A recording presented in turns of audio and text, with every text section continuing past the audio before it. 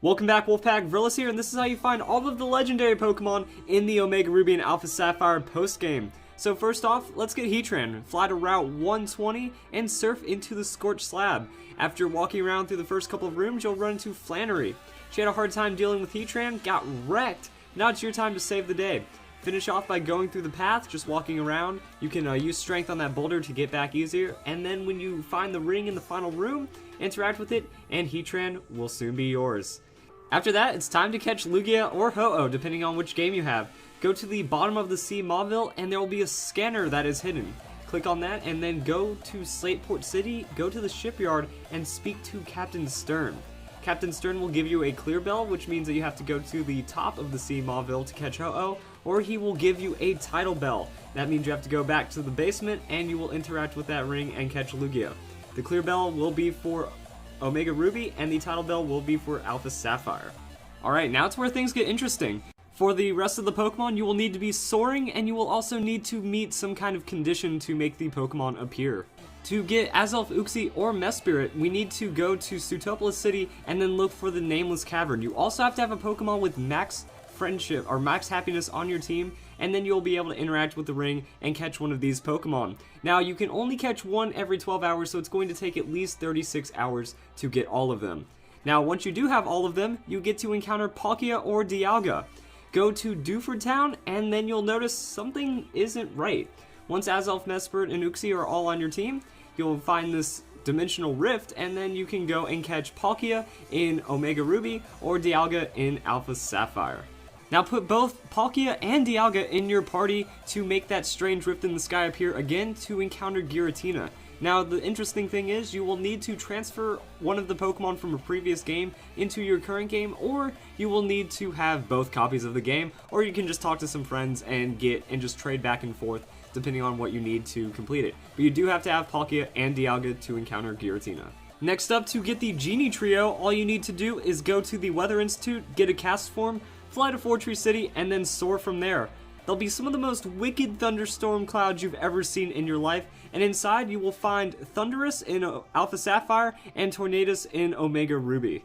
Catch one of those and then get the other one in your game and go back to Fortree City, soar again, and Landers will be available in the same spot once you have both Thundurus and Tornadus in your team. Again, both versions, trading with friends, or just trying to bring one from a different game will be required.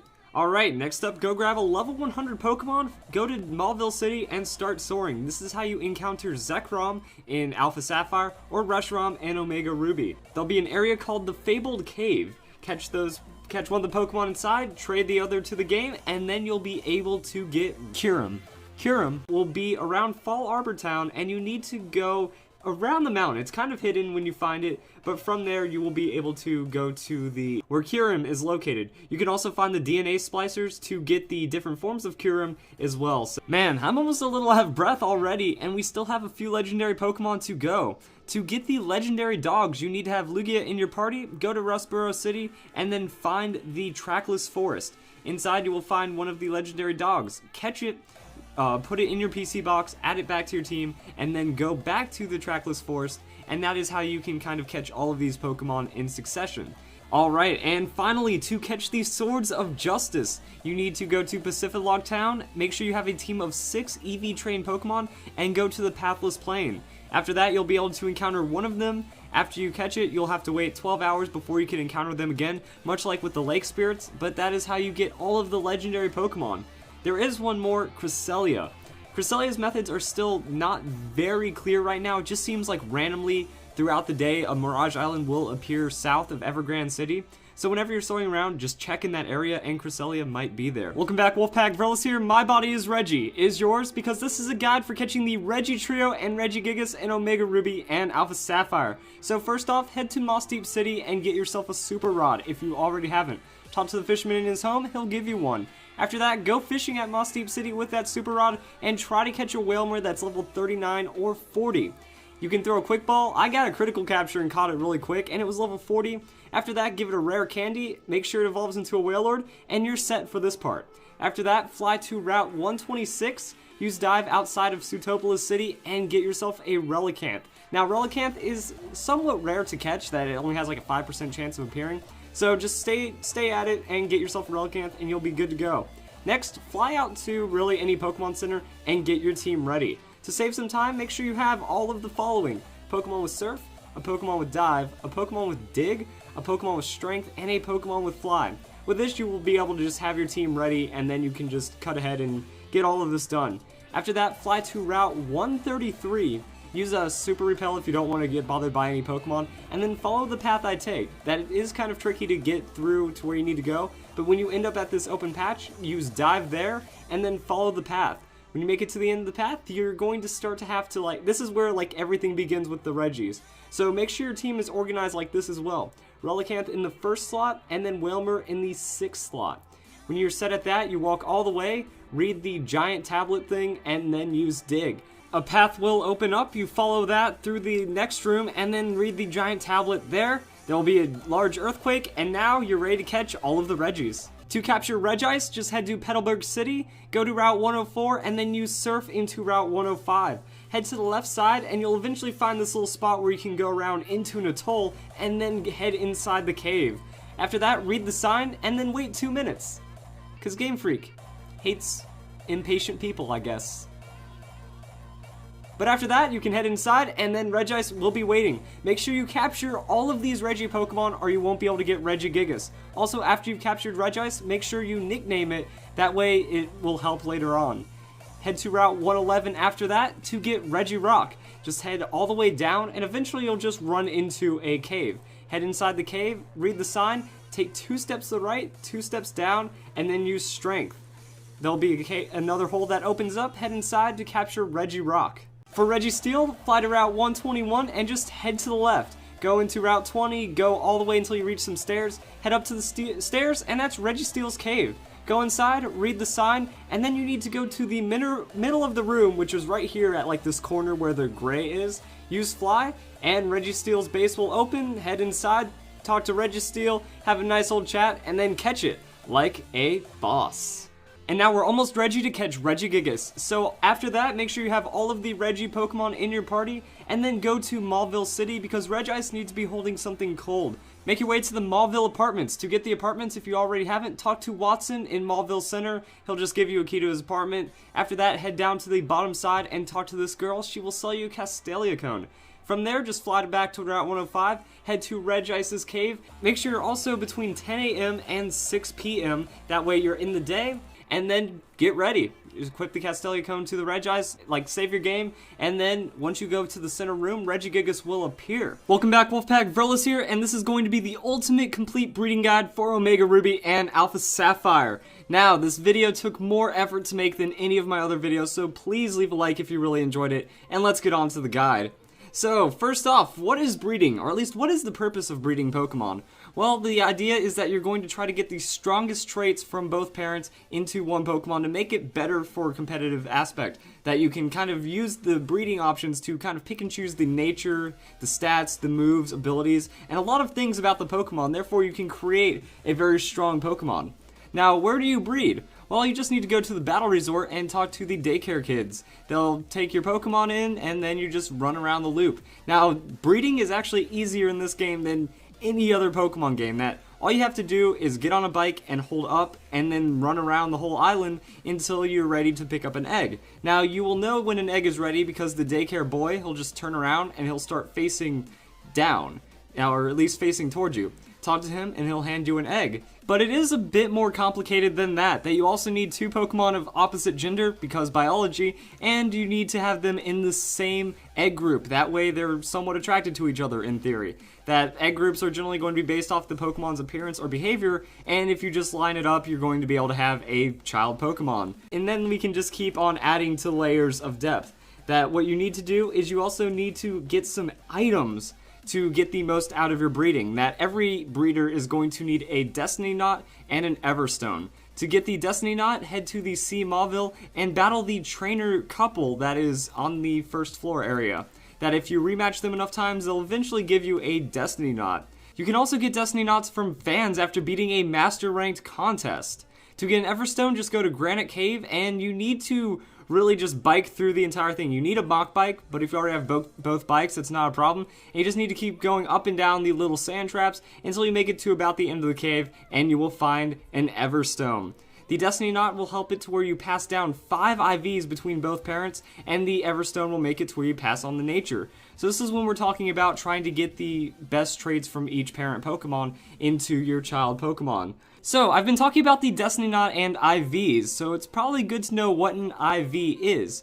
For those of you who don't know, it stands for individual value. It is a number between 0 and 31 that applies to each stat of a Pokemon and roughly equates to 1 IV equaling 1 stat point at level 100. Therefore, IVs can make a huge difference. That if you have a Pokemon with 20 IVs compared to a Pokemon with 31 IVs, you're losing out on 11 points in a stat. That equates to almost 44 EVs, and when it comes down to speed, it's very important to make sure you have the highest IVs possible.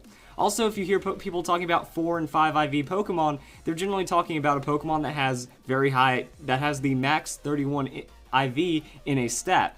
So if you're hearing like, oh, I have max hit points, attacks, defense, and all those IVs, then that's what they're trying to talk to, that this Pokemon is maxed out on the IV scale for those stats.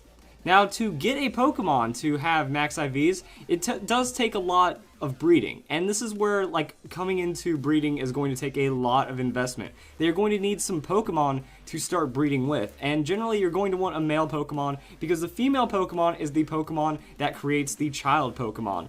So if you have a male that has 4 or 5 IVs and a lot of good stats, and it breeds with a female Pokemon, the child Pokemon has a very high likelihood of carrying those IVs, because with the Destiny Knot, it transfers 5 values from 6 stats between both Pokemon. So if you have a good roll and say 3 of the max IVs come from the male, and then 2 max IVs come from the female, you can have a Pokemon that comes out to have really good IVs. However, to breed those IVs into a Pokemon, you're going to have to get some Pokemon to begin with, and that's where the Friend Safari from X and Y comes in, or the Dex Nav from ORAS comes in. The Friend Safari is a good place because every Pokemon you find there will have at least 2 IVs in a stat, sometimes even 3 or maybe even 4.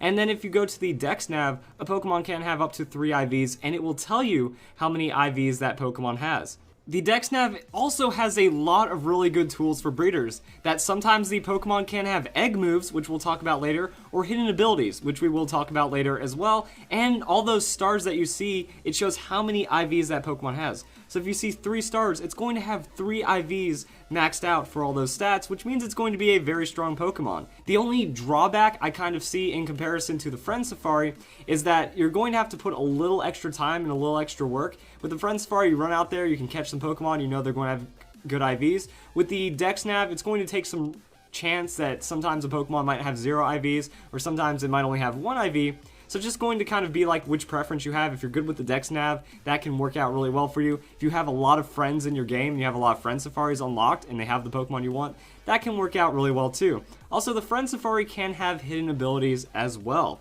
In theory, you can get 2 Pokemon that have each of the 3 IVs maxed out, breed them together with a Destiny Knot, and that's how you get a 5 IV Pokemon. So if you have them in the right stats, it can work out pretty well. Now, let's add our understanding of egg groups to this, and it's going to make it a lot more awesome. So say we have a Whismur, we go and we use the Dex Nav, and we get a Whismur that has max attack, special defense, and speed for the IVs. Then we also find a female Whismur that has max hit points, attack, and defense. That breeding them through the Destiny Knot can yield us a Pokemon that has hit points, attack, defense, special defense, and speed. Now we have a 5 IV male Whismur. Well, you might think Whismur isn't that strong of a Pokemon, so what's the point of breeding a 5 IV Whismur? Well, it's in multiple egg groups, that if you make sure that that 5 IV Whismur is a male, that we're going to also be able to breed it against all of its female counterparts in an egg group. That means it's going to cover the Field Egg group, which is the largest, and the Monster Egg group, which has a lot of strong Pokemon. Also, when breeding these Pokemon, if you get a Pokemon with 4 IVs, swap it out. That if you say you have a male or female that gets 4 IVs, trade it, and then now you're going to have a higher chance of having those passed on into the child. So it just takes a lot of chaining, that eventually you'll build a 3 IV Pokemon, then a 4 IV Pokemon, and eventually a 5 IV Pokemon to use for yourself. At any point when you're breeding, you can also go to the Pokemon Center at the Battle Resort and talk to this guy. Show him a Pokemon and he will tell you which IVs are maxed out with the intriguing potential. Generally, the outstanding potential is going to be good, and whatever he says is going to be which stats are the best. So with this Pokemon, it has the best attack, defense, special defense, and speed. And since it's a Sableye, that's pretty awesome.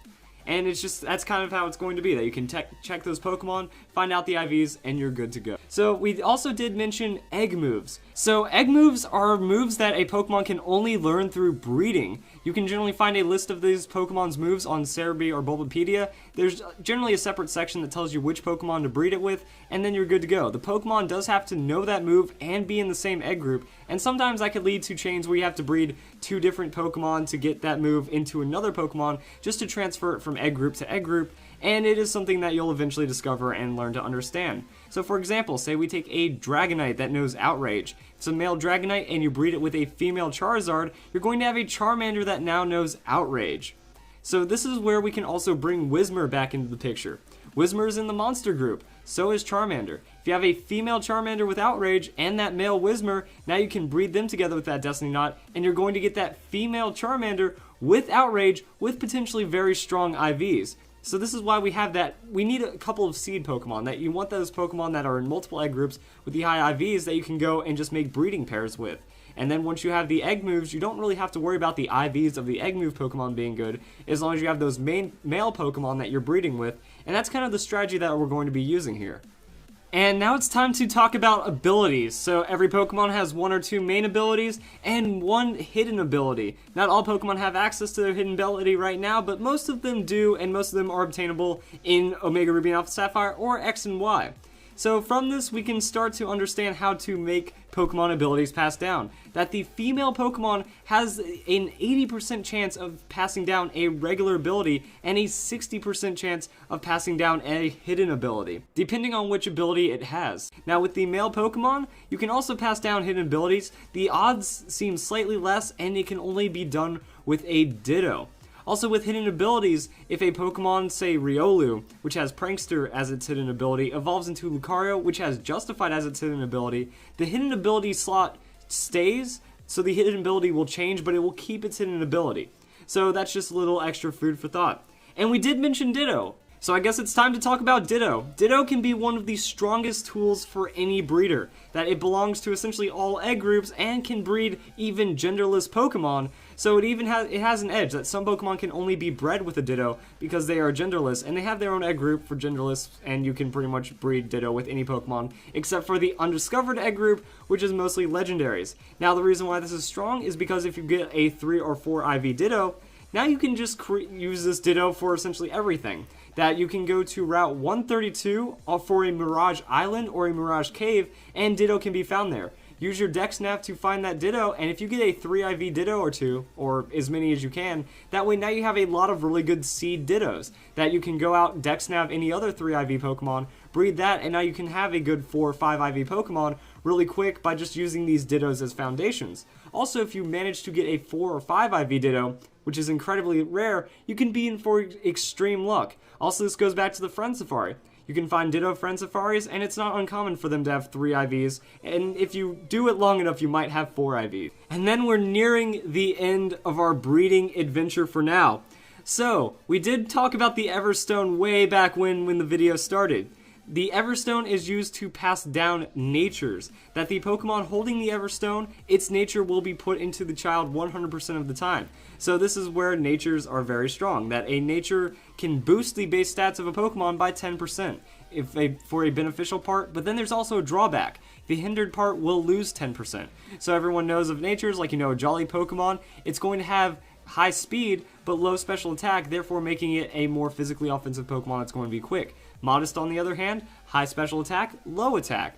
So if you want a modest Pokemon, then you just give that Pokemon the Everstone and then create the child to have that modest. Now you can give the Destiny Knot to the other Pokemon, so that way the IVs between both parents have a chance of getting passed down with the nature, with the abilities, with the egg moves, and that is how you create the perfect Pokemon from breeding. And then the final thing are baby Pokemon. Baby Pokemon, you will need to have main Pokemon holding an incense that triggers the baby Pokemon. In this example, we have Snorlax holding full incense to get Munchlax. Normally you don't need to do this for any competitive reasoning, but for Snorlax to get Stockpile, it can only learn it through Munchlax. The main problem here though is if a Pokemon's holding Destiny Knot and a Pokemon's holding full incense, there's no room for the Everstone, so you just have to hope that you get the random nature that you want, as well as the good IVs. It's really just luck, but it's worth it for an awesome Stockpile Snorlax. Welcome back, Wolfpack. Verlis here, and it's the guide everyone's been waiting for. The best way of making money in Omega Ruby and Alpha Sapphire. And you guys guessed it, it's the food Elite Four. So the Elite Four is the best method by far for making money in Omega Ruby and Alpha Sapphire. And I tried many methods. I tried the food court. I even went all the way and beat Prince Trencherman, or whatever his face is. I even tried some other crazy ideas, like rebattling some rich trainers, or even going and using the Dex Nav to see if I could chain items, or like if I could get certain items off Pokemon, maybe sell those for higher value. But no matter how you look at it, the Elite Four is going to give you more money than anything, and that's just because of the base value. That the Elite Four members start off giving around 10k on the rematches. So if you have level 100 Pokemon or specific Pokemon for each Elite Four member, you're going to be doing very well. Also with an Amulet Coin and Prize Power 3, which is, here's a reminder guys, giveaway prize power. That if you haven't gotten the O-Powers, look at my O-Power guide. It's really easy to get O-Powers. You just give prize money. Connect to the internet, give prize money, level that bad boy up to level 2 or 3, and level 3 is going to triple your money, and then you're also going to get 2 times from an Amulet Coin, and if you have a Pokemon with Happy Hour, my goodness, you're going to be making way too much money. But overall, like, what you want to do is you want to use the prize money power for the first 2 Elite Four members. Skip it on the third one, because generally it's going to run out, and it hasn't had enough time to reset. But then for the fourth and Steven, who by the way gets a 7.8 out of 10, too much sturdy, you're going to be able to just use the prize power again, and then you're making 290,000 Pokédollars by the end of the Elite Four run, and I was able to do mine in about 30 minutes, a little less. So you're making a really good amount of money. Now the food court by comparison, you only make 126,000, and that's after 15 minutes. So even then, like, if you're doing a perfect run, you get the big nuggets, you battle Trencherman, and you have like the same things in effect, you're not making as much money. So it's just not worth it, especially because there's a lot of things that can ruin you. The Ditto battle is really hard, and the Whimsicott, if you get paralyzed, it could just derail your entire strategy. So food court, not that great of an option. It's really only good for getting a Deep Sea Tooth or Deep Sea Scale.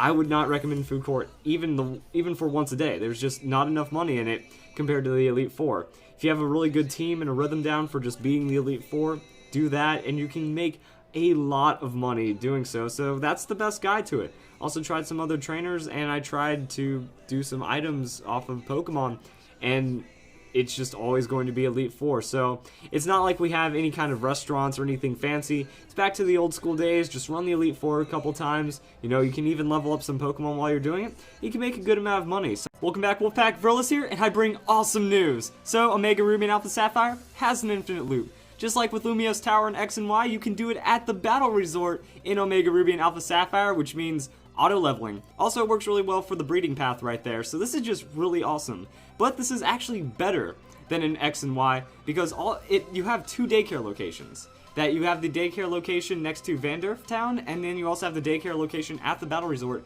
So you can level 4 Pokemon at one time by just holding up on the joypad. So put a dime under the joypad while holding up while getting stuck in the loop, and you're good to go from there. So that means now you have like a really easy way. You EV train your Pokemon, and then in about 2.5 to 3 hours you can get a Pokemon from level 1 to level 50, which means that you can have an entire team of Pokemon ready, EV training and everything in under a day, and you don't even have to put that much effort because of this. So I really like the method. More Pokemon, easier to do, like it's just epic the way that this lays out, and also just kind of ties in with breeding. So you can multitask while having a really easy time. Welcome back, Wolfpack. Verlis here, and this is a guide to finding all of the secret areas for the secret bases. So first off, fly to Route 128, and then surf to the south, or just head down. You'll find a patch of water to dive in, and you go and dive there in about the bottom right corner. Head to the right, and then surface, and you're going to be able to find the secret shore from here. All you have to do is head a bit down, go through the path, and boom, the secret shore will be yours. This is going to be a nice area with a lot of bases and a good place to have areas for your friends. After that, fly to Route 126 outside of Sootopolis City. Now, I just surfed around the right side and then went through the bottom, but you just need to get to the bottom left corner. Don't dive in the main patch, but dive in the separate patch of water outside of there, and then head down just a little ways and surface. This is going to take you to the secret islet. Now, the secret islet isn't really too impressive. It's just one tree that has a standard secret base in it. So that's just how you get to the secret area. After that, get to Route 129. You can go to Route 128 and then surf to the left, and just keep going to the left. From there, you're going to have to keep going down and around until you find two big rocks right here. So dive in this area and then head up and to the left a bit. You'll pass a diver and you'll have to go through some grass. But then you'll find an area to surface, and this is going to take you to the secret meadow. The secret meadow is just like the secret shore in that there's a lot of open areas and there's a lot of really good base designs here as well. So the biggest advantage I see here is that this is just going to be excellent for having a lot of secret base friends, playing the capture the flag, and just having it set up to where gems will be all over the place. And now we're going to take a look at all of the secret bases in the secret areas. Enjoy!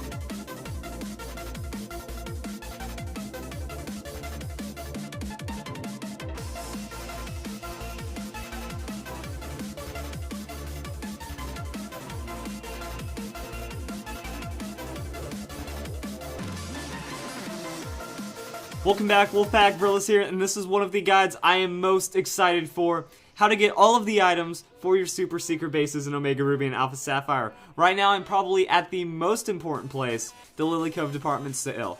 So at the top of the Lily Cove department store, you're going to be able to find this guy here selling all of the coolest things for secret bases on Saturdays. You can actually go into your DS, change the date to a Saturday, and he will appear. Now, the game will time you out for 24 hours about time-based events, but I think it's worth it. So that means if you haven't caught all the legendaries, the time for the 12 hours in between all the trios, that will reset, so you won't be able to catch any of those for a full day. And then also, like, you can't play capture the flag, you can't interact with any of the daily people, but I think it's worth it just if for the one time, go and stock out, buy out everything this guy has to offer, and you'll be good to go. There are some cool interactable items like the breaking door and the mud ball, as well as getting the board. Now the board is the most important thing for the larger secret bases because they have a hole in them, and then you put the board over it, and now you can walk freely, and then you're good to go. So you need to get these items, go do so. After that, you can head down to the department store and then talk to all of these lovely ladies right here. They will sell you dolls, mats, cushions, and posters. So if you want, like, this is pretty much like your one-stop shop for any of those things. At the Slateport City Market, you're going to be able to find an awesome guy that sells a lot of really cool interactable stuff, such as balloons that will pop when you walk on them, red bricks and blue bricks, which you can stack things on, and they add a nice decorative touch, and also note mats. So when you when you walk over the mat, it makes a noise.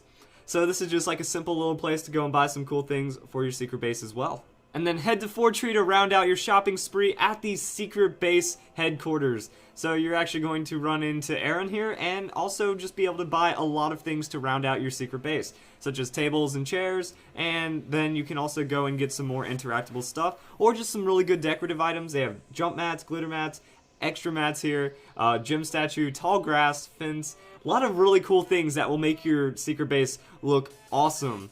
After that though, you also just want to head to the house to the left, and this lady will give you some stairs. These stairs are used to access certain secret base layouts, and you'll be just solid now that you have everything that you can buy for your secret base, and you can get around any secret base no matter the obstacle. Now let's talk to the individual people in certain parts of the region, and they will give you some cool things as well. This artist in the Lily Cove Art Museum will sell you his art for 100,000 Pokédollars each, and they will go into your secret base and look really good, but they're really expensive.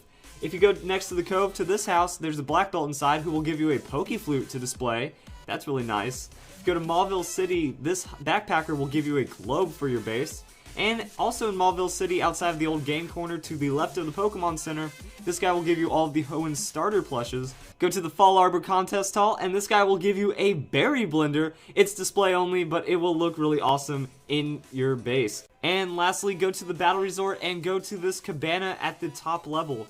There will be a girl inside who will give you the level release, which means that you can make it to where there is not a level 50 cap in your base. Welcome back, Wolfpack. Verlis here, and this is how to make your own gym in Omega Ruby and Alpha Sapphire. So you can pretty much configure your secret base to behave like a gym, which is freaking awesome because that way you can have some friends or secret pals fight for you, and then you can be the gym leader at the end. So first off, you're going to want to find a secret base and then start decorating it.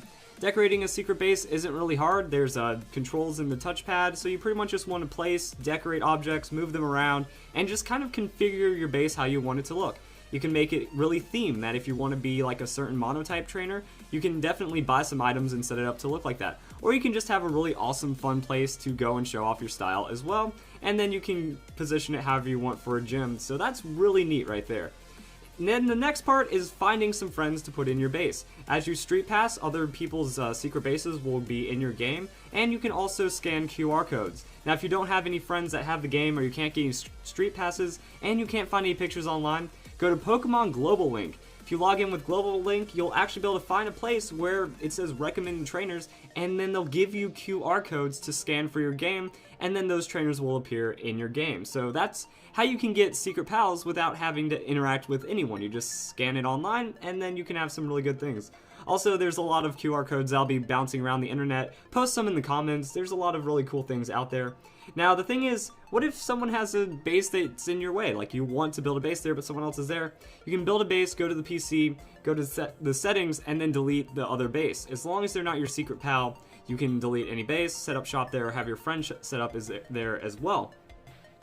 After that, you can start making secret pals. When you go to someone's base, talk to them, and you can ask them to be your secret pal. They'll accept, and you're good to go from there. If you also don't want someone to be your secret pal anymore, you can talk to them in your base and remove them as a pal. That way you can delete their base, or if you just don't want to have them around anymore. After that, the first time you talk to your secret pal, they're going to want to set up a catchphrase that, you know, it's going to be your team name and then your catchphrase, and then your secret base is going to be really rolling from there. So once you have all that set up, you're starting to get some pals, you have a really nice secret base layout, you need to set it up to where you can actually start battling people. And now you need to make your team. So just pretty much have in your party the team you want battling for you as though you were going for a regular Pokemon battle, and find your way to your base. Now this is where it gets interesting. Some bases need HMs to go to. So either incorporate that onto your team, like just have one throwaway slot for an HM or two that you need to get to your base, or if you're in the secret areas or a base that's accessible without HMs, just make your way to that base. Latias can soar to all of the secret areas and most of the routes as well, so you might not have to have an HM as long as you're using Soar. Alright, now that you're at your secret base with your team, you need to set up a battle proclamation. That's going to set the battle style, you know, singles, doubles, triples, inverse battles. There's a lot of things that you can do to set up for your team and then play it out from there. You can also put the level release. This makes it to where there is not a level 50 cap, so if you want to fight level 100s or you just want to have a high level battle, you put the level release in, and then that will activate for your secret base as well. I kind of wouldn't recommend it because most people, they just train competitively for the level 50s, so it might feel unfair to them if they're trying to do that. But you can put the level release in there as well. And then also don't forget to position your secret pals. You can move around your secret pals, you can move around yourself as a trainer to make sure your team looks just properly set up. And then when everything's done, your gym looks perfect, everyone's where it needs to be, your battle style set up, go and save your QR code. Go to the QR code settings, go and share it, and then boom, post your QR code. Welcome back, Wolfpack Verlis here. I love secret bases, so I went out and I found the best secret base locations to build your secret base or gym or whatever you want to do with these things. So please leave a like for my enthusiasm and for the best secret base locations in Omega Ruby and Alpha Sapphire. Alright, so first off, you want to go to the Secret Shore or Secret Meadow, and they both have kind of the same layouts. And you want to head to this one in the top right for the Secret Shore, and in the middle for the Secret Meadow. You're going to find a really nice place that has 2 levels. You do need to get the stairs from Four Tree City, but once you do, you can have a really nice base from it. After that, you can also stay in the Secret Meadow and Secret Base to find the next best spot, which is kind of just a long, narrow path. Now, I was thinking that this is more perfect for gyms, that you can set up like a lot of traps and tricks and battles and stuff, and then when they make it to the end, boom, they're going to be able to battle you like you're the leader of the gym at the end of the path. And I think that that's just a really cool way of setting it up. After that, you want to head to Route 119 and go through the waterfall, use surf, get on the acrobike path, and then head over to this first bush, and inside of it you're going to find a really nice base that has 2 paths that split off. Now this is more for decoration, but it can also be used for gym, but you will need to buy sturdy boards from the Lily Cove department store to gain full access to this, and then it's one of the largest, best secret bases that you can find in the entire game. Head south on the acrobike path, and then you'll find another really awesome one. This secret base has a really nice path to it that it's perfect for a gym as well, that they have to snake around, go through traps, go through all the trainers, and then once you lay down that board and get access to that other room, just a really large, nice, solid base area, and I think it is one of the best ones in the game. Now, the best secret base in the game is a bit tricky to get to, so fly to Route 126, go north of Sutopolis City, and then head on this path. You want to dive and resurface several times before making it to this little island area where you will find one of the coolest bases. That is just a long path that snakes around. You don't need the board for it, and I think it works just really well for a secret base. You can set up like traps and tricks and stuff along the path, and there's just a lot of room to play around with. Now, it is a very hard to get to and exclusive location, which is why I think that it works out for being one of the better ones if you want to be private. But overall, if you just want a good secret base location, head to the Secret Shore, head to the Secret Meadows, and you're going to be able to just have a lot of areas to share with your friends, share with the Street Pass, and just set up some awesome secret bases. So I hope that this video helped you guys out in finding the best secret base layouts, as well as the best secret base locations. Welcome back, Wolfpack Verlis here, and these are 5 things you can do in Omega Ruby and Alpha Sapphire that I thought were just too short for their own video. So first off, let's start with heart scales. I believe that the best way of getting heart scales is through Wonder Trade. That with Wonder Trade, you're getting about 70 Pokémiles per trade, and that means 3 trades, 2 heart scales. That's not bad at all. It's not going to take a lot of time, and then you also have a decent chance. Sure, there's a lot of junk Pokemon Wonder Trade, but you can still get some Pokemon that have egg moves, that have hidden abilities, or even good IVs that people will throw their breed checks up into the Wonder Trade, and you're going to be good from there. To cash in your points, go to the Pokemon Global Link website, make sure you're logged in, make sure you've synced up your game, and then use your Pokemiles from when you save your game while online in-game to buy items and then transfer them to your game over time. So this could be a really good way of getting PP up or heart scales, and it beats the frustration of fishing. After that, head to Route 108 if you already haven't, and go to the Sea Mauville if you already haven't.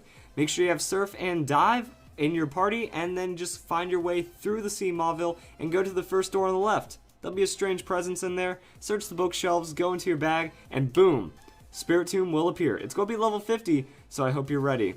After that, if you go to Little Root Town and you're in the post game or past the 5th gym, your mom will give you some cool stuff. She'll give you the opposite Mega Evolution Stone for one of the Lati Pokemon, that if you had Latiosite, she'll give you Latiosite, and vice versa. I believe that's after you've beaten the Delta chapter. However, if you have beaten the 5th gym, talk to her and she'll give you the Amulet Coin. That way, if you want to make some money, Amulet Coin's right there waiting for you. You can also head to Professor Birch's lab, and that's where you change Rotom's forms. There's some boxes of old appliances there, and if you have a Rotom in your party, you'll be able to choose which one you want.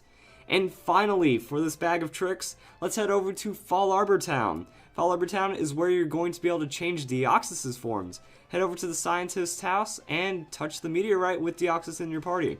Now, it isn't like other games where you're able to choose which form. It just kind of cycles through all the forms in order. So keep touching that meteorite until you get the Deoxys that you want.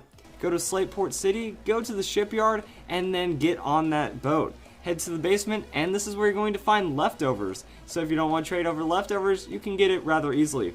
Also, you can go to the main deck and find Blastoisite. To get off the ship, all you have to do is go to your room, which is the second door, and then you can sleep in the bed and you'll be able to exit the ship. To get Destiny Knot, head to the Sea Mauville. That first door on the right when you come in from the top will have a couple in there. First time you battle them, nothing's going to happen. But when you get your chance to rematch them, there's a small chance that they will give you a Destiny Knot at the end of the battle. Other ways of getting Destiny Knot, you can get it as a very rare find from a Pokemon with pickup. If that Pokemon is over level 50, Destiny Knot has a small chance of being yours. Or if you beat a Master Rank contest and talk to your fans might give you a Destiny Knot, which is pretty cool. After that, we're going to look for the TM Rock Slide. Rock Slide is a very popular and common TM, as well as kind of tricky one to get to. So first, surf to Route 133, and then fly to Route 133. It will drop you off on this island, and then just follow the path I take. You kind of have to go off to the side a bit, and then kind of hit it a little more on the top side, and then you'll go to this little area, and that's where you're going to find Rock Slide. And the last little thing is that the Ghost Girl is back in Omega Ruby and Alpha Sapphire. For those of you who haven't noticed, if you go to Mount Pyre, there's a girl there, and she seems familiar because she says you're not the one. Welcome back, Wolfpack. Vrilis here, and these are the 5 most useful kinds of Pokemon to have after you beat the game. Now, first off, let's talk about a Pokemon that most people would initially consider useless. A Talonflame. That doesn't have Gale Wings, so a Flame Body Talonflame or a Fletchinder. Now, that just doesn't seem good by most standpoints, but when you think about it, this is a Pokemon that has Flame Body. Flame Body allows you to hatch eggs quicker, and it also has access to fly, which means now you have a mobile Pokemon that you can hatch eggs quicker with, so it just really is an all-in-one, so that's really useful to have. It was really good back in X and Y. Now that you can actually check your IVs in the same place where you hatch eggs, it's not as useful, but once you have that Pokemon trained, or once you have that Pokemon hatch, you can fly directly to the route that you want to go and EV train it, and you'll be good to go. Oh, and speaking of EV training, let's also talk about getting a Sweet Scent Pokemon. That a Pokemon with Sweet Scent is pretty easy to come by, that you can just fly to Route 110, capture yourself an Oddish, and they're going to know Sweet Scent out there. So after that, you can just use it to encounter hordes, and that's going to help with your EV training. So we're already looking pretty good on Pokemon right now. But if you think about it, we're going to need a Pokemon that helps us catch that Sweet Scent Pokemon, or any Pokemon in general to begin with, and that's where a Pokemon with Hold Back comes in, a Pokemon with False Swipe, and a Pokemon with Status. So you can have a Pokemon with Thunder Wave and another Pokemon with Hold Back to really help you catch any Pokemon. Or you can also have a Breloom. Breloom is probably one of the best Pokemon to capture with. That Spore, it has a 100% chance to make your opponent sleep, and sleep actually improves the capture rate over Thunder Wave, which is really nice, and it gets access to False Swipe. So ideally, you'd like to have a super high level Pokemon that has this, that way you can pretty much do this to any legendary or any regular Pokemon, and improve your chances of catching a Pokemon greatly. But also, some Pokemon are kind of hard to get to. You're going to need a Pokemon that knows HMs. And what better HM slave than Linoone? Linoone gets access to Cut, Strength, Rock Smash. You can even carry around Secret Power on it, and it has Pickup. So as you're going through the normal game, or as you're even in the post game, you can just kind of run around, have this Pokemon to move any boulders, cut down any trees in your way, and then give you some free items while you're at it. And lastly, everyone needs a Sharpedo.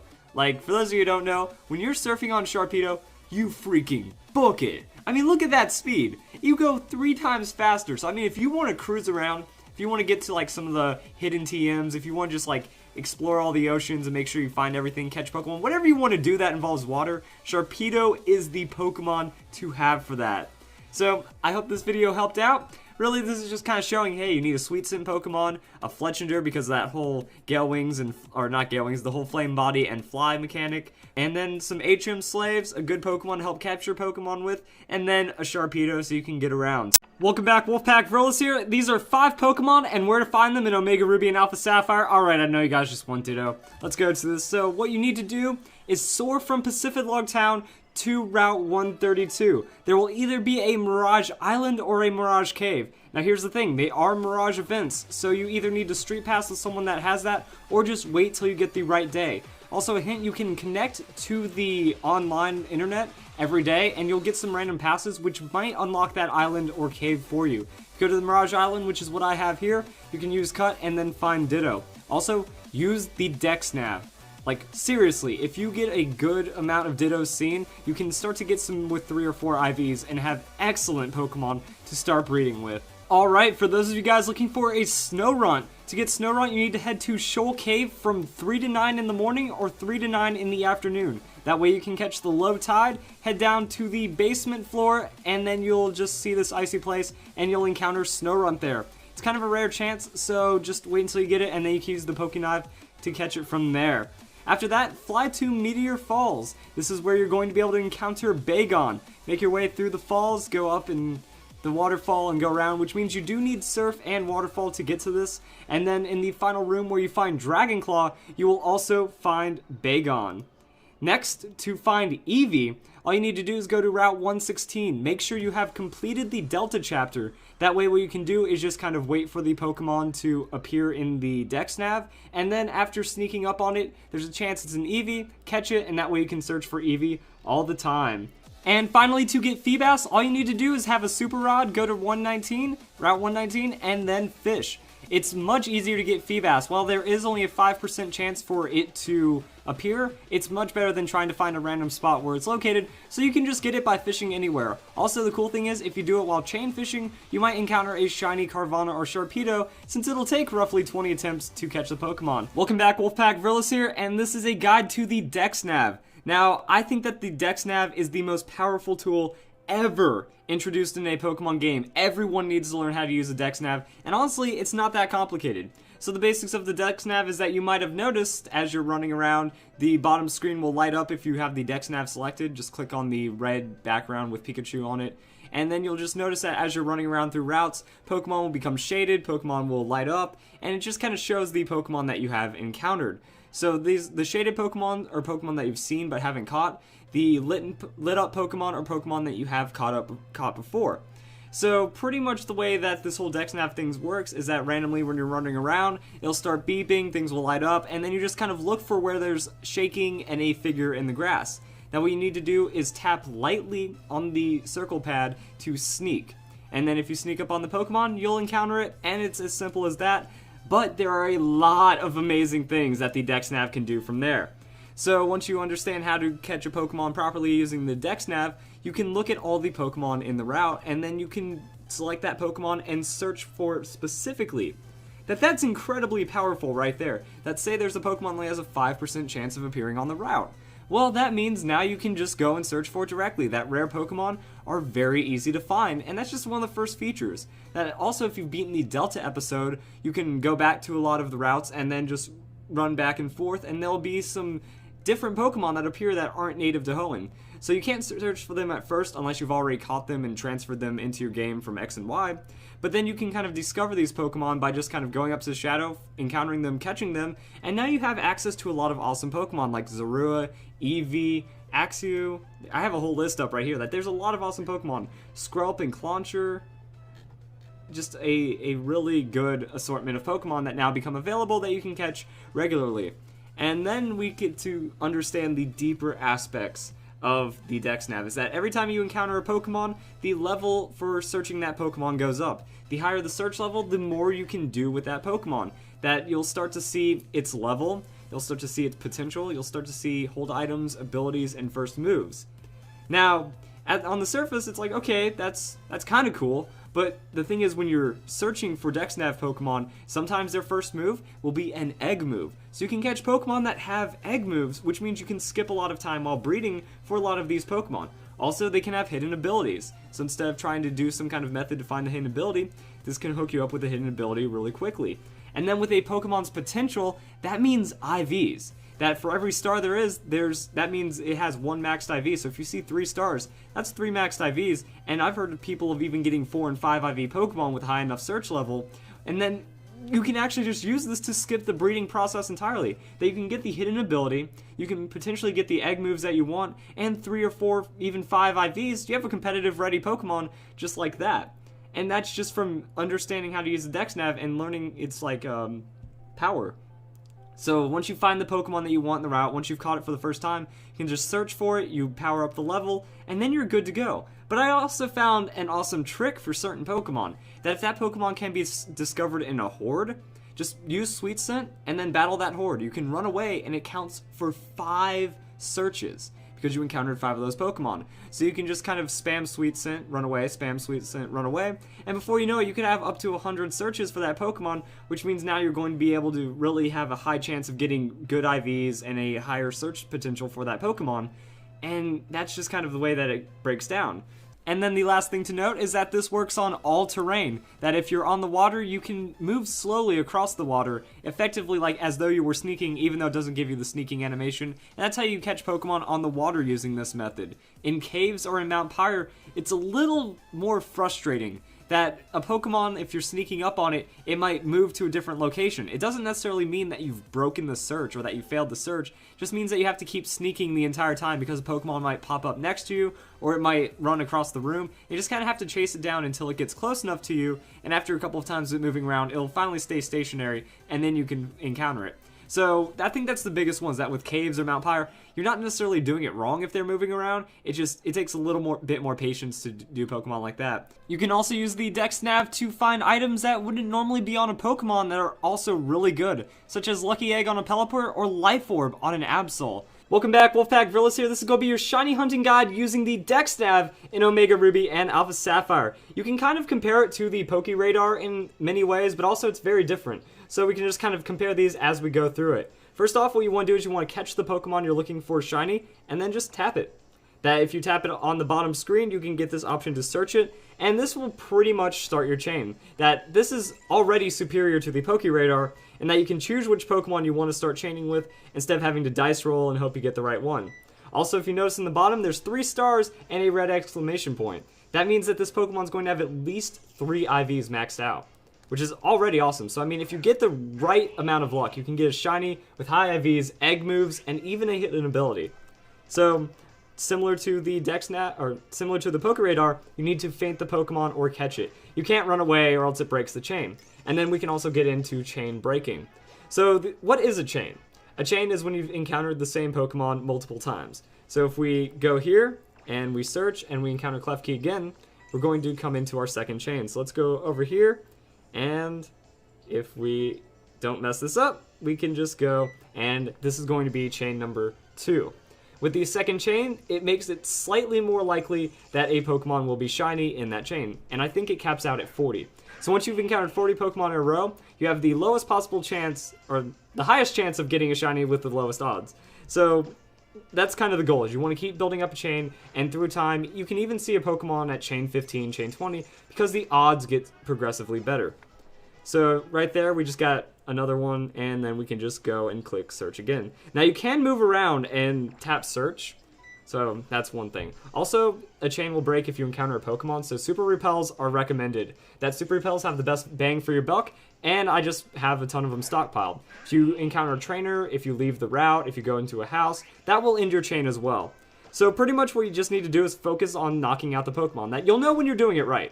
That it doesn't feel wrong is, I guess, the best way of putting it. That as long as you're hitting search, going straight to that Pokemon, knocking it out, you'll be fine.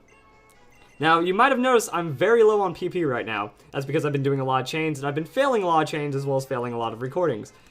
Which, you know, that's just not good overall. But anyway, once we get into the next battle, have Lepa Berries stocked up or some kind of form of PP restore. Or just multiple Pokemon. So we'll just hit search again. And there we go. So now we're going to head over to this battle. I have a lot of Lepa Berries stocked up. Lepa Berries, they're found all over the region, and they're really easy to get. So you just plant a ton of them, most likely at the berry fields, and you can have a lot of Lepa Berries. That way you can keep the PP restore, and you can stay in a chain very long. So that's pretty much what this battle is going to be. Unfortunately, I'm just going to like use a Lepa Berry on Surf or something. Oh, it was actually my last used item because I've been doing this for so long. So there's that. Use it on Surf, because why not? So now this was the third Klefki I encountered, I believe. And the thing is that it's actually really nice what they did with the Dex Nav, is that you can actually figure out if you're still in a chain through the level of the Pokemon. That whenever you encounter a Pokemon, every 5th Pokemon you encounter will be 10 levels higher than the one previous. So that Klefki was level 18. And then if we go and we find this Klefki, whoop, this was Klefki's level 28. So that means that was my 4th Klefki I fainted, and this is my 5th. So you can actually keep track of how many Klefkis you fought, or how many Pokemon you fought, by doing some math. That this one's going to be level 28, so that means I've already done 5. Now, after that, the overall level goes up by 1. So it'll go from 18 to 19 after this battle, which means if I'm at a Klefki that's level 29, then that means that's my 10th battle. So you can actually keep track without having to like have a counter or anything overall, and it does tell you if you're in the chain or not. That if suddenly you see a lower level Pokemon than the last one you fought, you did something to break the chain. And that's really all there is to it, that you just want to search, get to the Pokemon.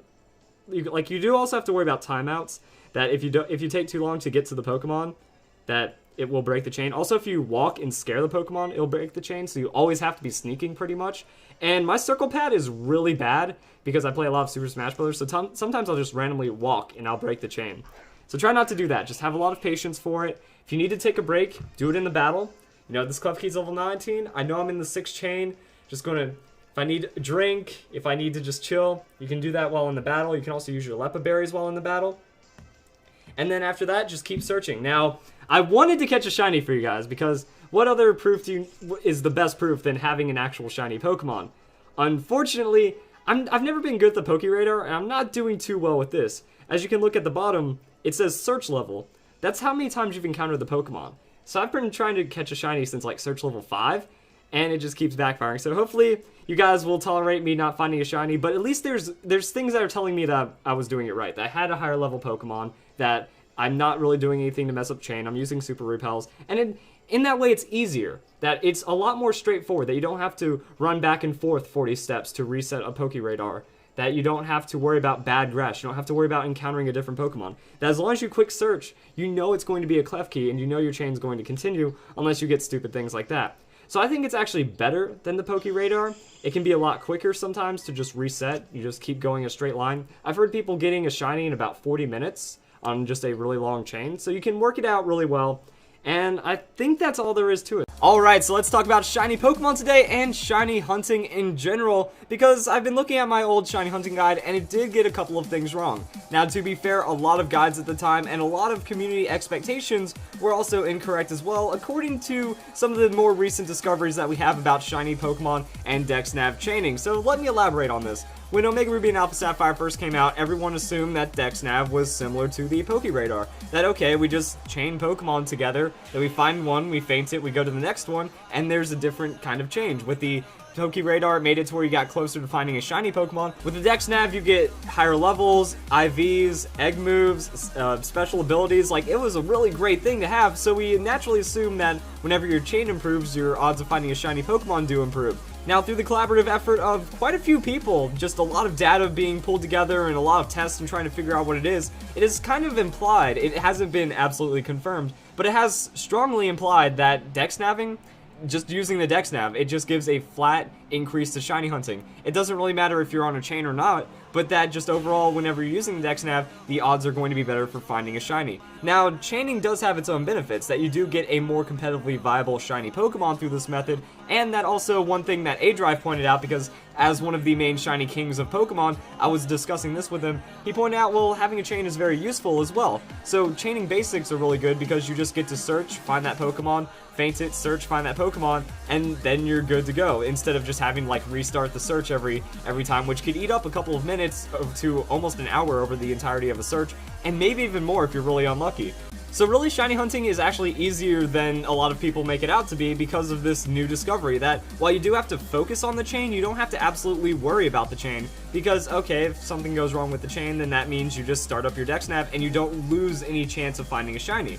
That just kind of knocks you out of the search for a minute, and if you don't even care, you just want shiny Pokemon, you just run around, and whenever a new Pokemon spots up, boom, that's the Pokemon that could be a shiny, just as many odds as the 100 plus chain that you had going for you. that in my video guide, there's quite a few comments of people like, oh no, did I break the chain? Did I do this wrong? And while chaining does have a lot of leeway and a couple of little strict things about it, like, as long as you faint the Pokemon, the chain's going to start up again. Even if the Dex Nav shows a failure, you just try to search for that Pokemon again, and you're still going to technically be on the chain, but it's not going to change your shiny odds at all. So that's really the big thing to take away here. That shiny hunting is easier, and I wanted to clear it up because now I actually feel bad. I feel like I have to apologize, and I will, because I'm sorry to see like all these people that are saying, oh no, did I break the chain? I've been doing this for 300 Pokemon or something, and I don't think I'm doing it right. Well, just using the Dex Nav means you have better shiny odds. The odds after that can be anywhere, you know. Sometimes you'll find a shiny on the 15th encounter. We can't even really say chaining, we can just say encounters at this rate. So you'll find it on the 15th encounter, or you can find it on the 700th encounter. It's just that's the way that odds work, and all we have to really take away from all of this research is that Dex Nav, flat increase, no stressing over it. You don't have to worry about it too much. While shiny hunting is stressful, there is light at the end of the tunnel. It is a lot easier than I made it out to be, and many other people made it out to be at the start of Omega Ruby and Alpha Sapphire, because all of the guides just kind of assume the same thing until we got all of this new data. Welcome back, Wolfpack Vrillas here, and this is a shiny hunting guide using the chain fishing method. Chain fishing is probably one of the easiest ways of getting shiny Pokemon, just because it really just takes patience, and it's a very straightforward method of getting Pokemon. So what you need to do is catch yourself a Remoraid. Go to the battle resort, and then just start using a super rod around there, and there's a high chance you'll catch a Remoraid. Catch it, and then make sure it has the ability Hustle. Use a rare candy on it, or just level it up and evolve it into an Octillery. Reason why we need an Octillery is because it has suction cups. You can also use any Pokemon with suction cups or sticky hold. What it does is it increases your chances of making sure a Pokemon bites. That chain fishing is essentially just sitting in one place and fishing. That all you have to do is keep encountering Pokemon, not miss reeling in a Pokemon, or just not have the fishing fail. That if you don't catch any Pokemon, then the chain fails and it resets. This is very similar to just any other chaining method like with the Pokeradar. That over time, the more Pokemon you encounter, the higher chance they have of being shiny. However, chain fishing has one nice catch to it. You can run away from the Pokemon and it won't ruin your chain. The only thing is you can't move. You can't do anything. You can't save. You can't walk. You can only fish. So I recommend that you just unequip all of your items, like you deselect all of your registered items, and make it to where you just have the super rod. That way you don't have a chance of misclicking, getting on your bike and ruining the chain, or even using the Eon Flute and ruining your chain, and that way you just press Y and you instantly fish. Now, that's all there is to it. You just keep catching and running from Pokemon, and you'll be okay. Also, the Pokemon in your party that has suction cups can faint, and it's okay. As long as it's fainted in the first slot, it'll still give you that high chance of encountering a Pokemon. So, now we're just going to kind of wait and go through all this while I attempt to catch my own shiny Pokemon, because, I mean, what good is a guide without any proof? And also, like, one thing of advice, turn on your sound. There is that sound cue for when you trigger a Pokemon, and it can just help you stay focused. That you need to have absolute focus with this. You can't miss. So you just get in the zone, sit down for 15-20 minutes, and try to catch yourself a shiny. And also, fishermen do talk about fishing near corners or rocks. It does just increase your chance, and with suction cups, it should make it to where you almost never fail on encountering a Pokemon. Yes! There it is! Oh man, I wasn't expecting that, but finally, I thought I was doing it wrong. This is like almost an hour later, but we got it. Welcome back, Wolfpack Vrillas here, and this is a guide for a lot of really awesome Dex Nav exclusive Pokemon. So after you've gotten the National Dex, you can use your Dex Nav to find Pokemon that aren't really native to Hoenn, and you really need to do that by first at least seeing all of the Pokemon in the area, and then just running around. Eventually you'll get that search for the Pokemon, and boom, it could be a Pokemon that you haven't seen before. Now, first off, we're going to just start by talking about the routes where we get to see some of these Pokemon. I will also note that these are not all of the exclusive Pokemon that can be caught with the Dex Nav. These are just the ones that really stood out to me, such as on Route 101, you can find Zorua. Also, on Route 105, and more or less just a lot of the routes on the southwest, you'll be able to find Skrelp or Clauncher, depending on your game. Skrelp in Omega Ruby, and Clauncher on Alpha Sapphire. On Route 111, you'll be able to find Sandile and Gibble, so that's how you're going to be able to get your Garchomp for the game. Route 113, we'll find Klefki and Scrafty, so there's going to be some really cool Pokemon to have. In Petalburg Woods, we're going to find Phantump and Cottony. In Granite Cave, we'll find Axew. In the Safari Zone, we can get Pidgeotto and Baniri. So that's 2 ORAS Mega Pokemon right there. That would be really awesome to have.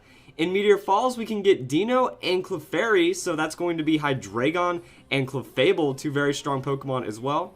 On top of Mount Pyre, so once you go outside, you'll be able to encounter Growlithe.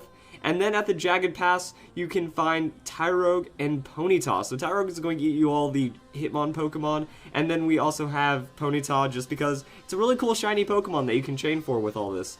And those were the ones that really stood out to me. So you can go to the Cerebi. I'll have a link in the description below of like all the Pokemon that can be found with the Dex Nav. You can go there and look at the list, and you can figure out which Pokemon you want to get for it. Those are just a couple of really quick exclusive Pokemon, and hopefully this helps out. Welcome back, Wolfpack. Vril here, and this is the guide everyone has been waiting for, Omega Ruby Alpha Sapphire EV Training Guide. So, let's go right into it. First off, you're going to need a Pokemon with Sweet Scent. If you do not have a Pokemon with Sweet Scent, go to Route 110, find yourself an Oddish, and that's pretty much all you need to do. I find a Nest Ball works without having to weaken the Oddish, and you're good to go from there. After that, get a Pokemon with Surf, hits all the moves, and if you start off with Swampert, you'll be just fine. Any strong Pokemon with Surf will do as well. So to start your EV training adventure, go to Rust Turf Tunnel and encounter Whismur. Horde of Whismurs can be found there, and they give hit point EVs. For the Shuppet Horde on Mount Pyre, you're going to be able to get attack EVs. For the Sandshrew Horde in the Sandstorm for Route 111, you're going to be able to get defense EVs. The Spinda Horde on Route 113 will give you special attack EVs. Now, the Swablu Horde on Route 115 gives special defense EVs, but you can watch the video and find the little path it takes to get there. They're kind of out of the way, so hopefully that video helps if you couldn't find it. And then last, behind the Berry House in Route 104, you're going to be able to find any Pokemon there, and they give speed EVs. So that's a quick way of finding out where all the EVs are, and now we can do some math. So pretty much 5 Pokemon in a Horde. Each Pokemon is going to give 10 EVs if you have the power item, Pokerus, and that Pokemon. That's pretty much how the math breaks down. So you're going to be able to get 50 EVs per Horde. 5 Horde battles, take off the power item, fight 1 Pokemon, there's your 252, boom, EV maxed right there in just 6 short battles. And if you want to do some cross EV training, you can put a power item of a different stat while fighting those Pokemon. Then you'll get 40 EVs in that different stat, 10 EVs in the main stat, and that's pretty much all the math that there is to it. So on the screen I have a guide on like which power item gives what EVs and how much it's going to take. So I hope you guys enjoyed this video, and that's the down and dirty, quick and easy way to EV train in Omega Ruby and Alpha Sapphire. Welcome back, Wolfpack. Vril here, and this is going to be your guide to the Battle Maison. To get to the Battle Maison, all you have to do is beat the Delta chapter, head to the Battle Resort, and then just head up the stairs and you're in. Now, the Battle Maison is a place where you pretty much just battle endlessly. You receive battle points for every battle that you win, and the more streak that you have from consecutive wins, the more points you get. And then we can use those points to get some cool things that we'll talk about later. Now, the goal is to also try to get a 50 win streak in the super format of your choice. Now, at first glance, you might notice that there isn't a super format when you first do it. There's just kind of regular singles, doubles, triples, etc. Well, what you need to do is you need to do one of these regular ones and get a 20 win streak. Now, this is actually really easy. The Pokemon aren't really fully evolved, and you're not going to get the toughest of battles. So once you do that, it'll unlock the super version of that battle format, and then at the 50th win streak, that will give you the ultimate challenge against the Battle Chatelaine. Now, if you think that sounds easy, it's much harder than you could really ever imagine, because the Battle Maison, as you will infamously learn, or as you have already probably experienced, it will do anything to try to give you the hardest time possible. That you'll see a lot of status, you'll see a lot of really gimmicky sets that you weren't prepared for, and overall, just the Battle Maison will bring different teams depending on what you're running. That I've noticed trends that if I'm running a certain team, I'll see certain Pokemon. That when I'm running my Slurpuff, I'll see more Poison-type Pokemon. If I'm running my Salamence, I'll see more Ice-type Pokemon. That really, they try to counter out your lead, and they also adapt to the rest of your team as well, and it really doesn't matter. Like, it's just going to change depending on what team you have. So it just creates it to where it's going to be very tough. Now, there are some tricks that you can use to winning. That first off, you're going to need a Pokemon that sets up really quick, gets a lot of one-hit KOs really easily, and then just kind of like doesn't have too many weaknesses, or if they do have weaknesses, you have a Pokemon that's ready to just switch into, and then you can play around those weaknesses. For the first main run, I can use Slurpuff, and with Slurpuff I was doing pretty well. I could get about 30 wins just going Belly Drum into Drain Punch or Play Rough, and it works out really well. A lot of people, they'll use Mega Kangaskhan. Mega Kangaskhan, you set up a power-up punch, so you get your 2 power-up punches, and then you Sucker Punch the rest of their team down, and it's not really too hard. Same with Mega Salamence, that you can just Mega Evolve Salamence, go for the attack, or go for the Dragon Dance, and then just sweep it out from there, and you can do very well doing this. That, you know, up until about 30 battles, you can just kind of clean through an entire team and get really good. Now, after 30 battles, you'll start to see a little more hacks, you'll start to see really consistently strong Pokemon that will counter you out. I have a lot of physical Pokemon on my team, and I was seeing a lot of Ferrothorn, which was giving me problem because it was a curse set. So they're getting defensively tanky, I can't take them out, and then they'll throw a super huge hit and potentially just sweep me out from there. Now once you hit 40 consecutive wins, at least in singles, you're going to start to see a lot of legendary Pokemon. That you'll see Latias, you'll see Regi Pokemon, you'll see the legendary birds. You'll just see a lot of very powerful, very strong Pokemon, and they can do some pretty ferocious things to cheese you out of some wins. So it's pretty rough on that standpoint. And then we have the final battle against the Chatelaine. So for the 50th consecutive win, it's always the same team. Landorus, Tornadus, Thundurus in singles. Now this is actually really easy to play around. The only thing you kind of have to worry about is the Landorus has a Choice Scarf. So if you're using Salamence, which is what I did, that you can pretty much get a free Dragon Dance if she opens anything else, and then you can one-shot the team. So actually, since you know what the 50th battle is going to bring, it's one of the easiest battles in the entire thing. You can bring a Greninja throwing out ice attacks. You can bring out really any kind of Pokemon, and you can do very well against this. That it's not really the hardest thing to go up against the trio Pokemon like that. Now for double battles, I pretty much just try to bring like the fastest, strongest gimmick possible. I try to reduce the amount of turns my opponent has to set up and pull some kind of crazy stuff. And my idea here is I just have a normal gym Azelf using Explosion next to a Tailwind Tornadus that has Prankster.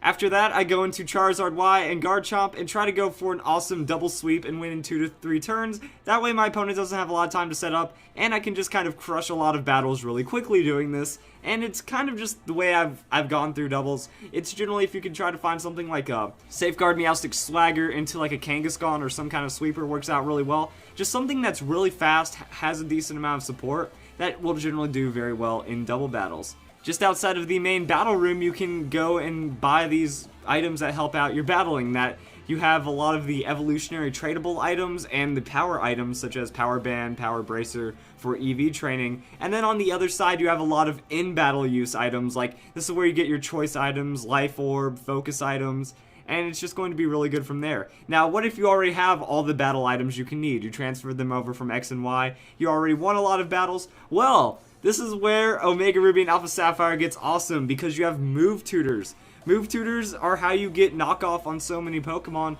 or let's say Gunk Shot on Greninja.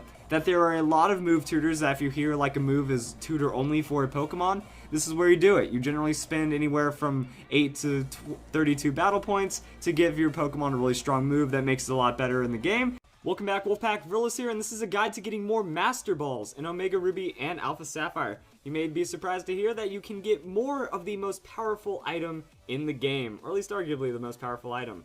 First off, just go to the Lotto corner every day. They just go to Lily Cove City, go to the department store, and then talk to the lady, and she'll compare ID numbers of your Pokemon in your party and in your PC box. This is kind of a new feature that's been added in with recent games, and it really helps because if you go on the Wonder Trade and just Wonder Trade with as many people as possible, your odds of getting a Master Ball actually get pretty good. Now, while they still are fairly low, it just helps out to have a lot of Wonder Traded Pokemon, a lot of Pokemon from different people, and then you might get a Master Ball really easy like that. Also, with these secret-based pals, they have a chance of just finding a Master Ball for you. That some of them have the special skill to pick up an item. And these are really good items. You can get Heart Scales, PP Max, PP Up, Rare Candy, and Master Balls. So to do that, you just need to make sure you have a bronze flag, so go out and capture 30 flags to upgrade your flag rank, and then the right trainer class. So if you go to someone's secret base and they are a swimmer, a school kid, a guitarist, a hex maniac, or a lass, as well as like both school kids for both genders, they have the option to pick something up once you've added them as a secret pal. So to find these people can be kind of difficult. Not everyone is this trainer class, and not everyone has ready access to street passes. So first off, you can kind of already check the street passes in your game, that if you go to the secret bases, just go inside and see if the person is that kind of type. If they aren't, I'd recommend that you delete the base. That way that someone else can move in, because whenever you connect to the internet and go to your BuzzNav, you get street passes for the day, and that does improve your secret base pool. So you might run into some people already in your game that are in the correct trainer classes. Now I will have a link in the description to the Cerebi page for the super secret bases. Just scroll down until you see the classes, and then you can figure out which trainers, because if you do have a silver rank or a gold rank flag, there are more people that are eligible to pick up items for you. Also, another way of getting people in your secret base that you want, you can go to the Pokemon Global link. That if you log into the Global link and look on the left side, you can actually see the face of their trainer, which means you can pick which one they want. Oh, that guy's a guitarist. Click on him. Scan the QR code from your base, add that, and then head over to that guy's base, add him as a secret pal, and now you're good to go to find some Master Balls. Now, the only drawback is, if they're added through the QR code, you can't get the item from them that day, so you'll have to wait. So go to the Pokemon Global link and add 4 or 5 friends. You can't do anything until tomorrow, but then you can try it every other day. However, if the person is already in your game from Street Passes, you can actually interact with them that day. So there is kind of a trade-off. That's why I recommend you check before, and then if you don't have enough people, then you just go and fill up the rest with the people from the Global link, and then after a day, it doesn't really matter. One thing I did notice, however, is that you can't soft reset, that you can't restart your game and hope they'll give you a different item for the game. They're kind of programmed to give that item for that day, so you can just try the next day if they don't have what you want, but you can still get some good items overall. So then it gives you a daily thing to do. You get 5 chances at a Master Ball if you max out all of your secret pals, and you can go to Lily Cove City, and maybe, just maybe, that extra Master Ball will be yours. Welcome back, Wolfpack Gorillas here, and this is a guide to getting all the O-Powers in Omega Ruby and Alpha Sapphire. Now, this is actually really easy. All you need to do is go to Mauville City and talk to Giddy here, and he'll talk some stories into you, and then you just kind of go through this whole cycle with all the people that show up, and you pretty much get most of the O-Powers right there. I'm going to leave an annotation to skip about halfway through the video, because this is really fun. If you want to have no spoilers, it's really cool to talk to him and all of his friends, and kind of get a really good feel for the story. If not, we can just kind of go through and watch all the new people come and go as they do. So it depends on if you don't want spoilers, hit the link in the description or the annotation for the timestamp.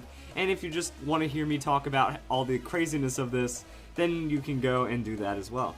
Alright, so once Giddy leaves, you just have to leave the Pokemon Center and come back in. And then there's going to be a new guy waiting here, Hipster. He's going to throw down some fresh hip lingo all on you and be all like, yo, what's up, we all psyched about this, and it's going to be cool because I'm a hipster and I gotta be happening and talking about all those things like that.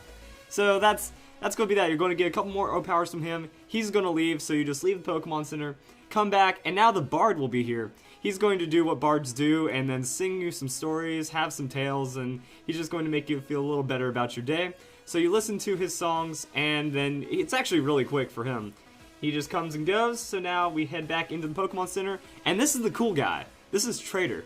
Trader will actually trade you for secret base decorations, Duskull Doll, Pokeball Cushion, Tire, and a flowering plant. Now the trick here, though, is you can only trade 2 items. Like, you give him a potion, antidote, or Pokeball, and he'll give you the item back, but you can only trade with him twice. So you can, I believe you can get these items throughout the other shops that sell secret base items. So it's not the biggest deal if you don't get the 2 items, but it's just such a super cheap way of getting like a Tire or a Duskull Doll. So choose your 2 that you'd prefer to have, and then you're done trading with him. He'll head off, and then now he gets to be joined by the Storyteller.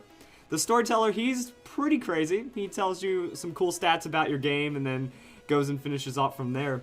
So after that, once you've beaten the Elite Four, you come back to the Storyteller, and then he'll tell you to visit him and his friends in the apartment, and then this is where the next step of the story comes through. Well, now we need to get to the Mauville apartments, and that's actually pretty simple. Just talk to Watson. He'll invite you to his apartment, so he's in the courtyard right next to the Pokemon Center. But we're just going to use this to gain access to the apartment complexes where Giddy and all of his friends are. So we just head up through the hall, make a right, go through the elevator, and then we just come and go to this guy's apartment on the right down the hallway. Now, this is also where the spoilers come back in again. It's still a very fun story. Now, this part, you might want to be able to do on your own, but you just, you know, talk to Giddy, go across the hall, talk to the lonely man, go back to Giddy, go back to the man, and then we probably get to go through one of the craziest sequences ever, and this is why it's like, you guys, you don't want to miss this. Enjoy this in your game. Crazy spoilers, but then when all of these shenanigans are done, it's Mr. Bonding! So yeah, now you have all the O powers. Mr. Bonding is going to go and share his shenanigans with the world by giving O powers throughout X and Y, which makes me think that this game actually takes place before X and Y, which is actually really cool for the Pokemon timeline. So I hope you guys enjoyed this video. That's how you get all the O powers. Very fun, ridiculous, simple quest. Welcome back, Wolfpack. Verlis here, and this is a guide to making Pokeblock in Omega Ruby and Alpha Sapphire, as well as just overall berry picking.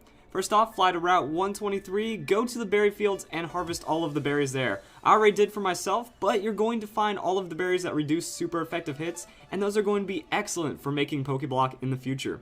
Also, you can go around various areas in the Hoenn region and find different people that will give you different berries. So the most notable ones are Route 111, this girl will always give you a raspberry. On Route 114, this guy will give you a Razbluck, Nanab, or Weepare berry, so that's actually pretty good to get those middle berries. Also, you can go to the Berry Master, he'll give you some really awesome berries every day, like the Pomeg, Kelpsy, Qualot, Hondu, Grapo, Tomato, or Cornberry. And these are going to be the berries that reduce the overall EVs of a Pokemon, so you can help it with EV resetting, and except for the Cornberry, that's just going to be used for Pokeblock. And then this girl in Sutopolis City, she will give you a Kelpsy, Qualot, Hondu, Grape, Figgy, or Raspberry. So there's just a lot of good berries that you can get throughout the Hoenn region every day. Now, I recommend you immediately start planting these berries because you're going to need a lot to make some Pokeblock. And let's talk about how you actually make that Pokeblock for yourself.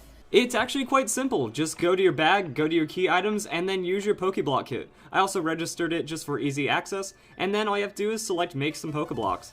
After that, you just have to choose anywhere between 2 to 4 berries to make 2 to 4 Pokeblocks, and the different types of berries that you use will make different types of Pokeblocks. That what you can do is use 2 weaker berries, and then you can make some regular Pokeblock, or you can use 2 stronger berries to 4 stronger berries and make some strong Pokeblock.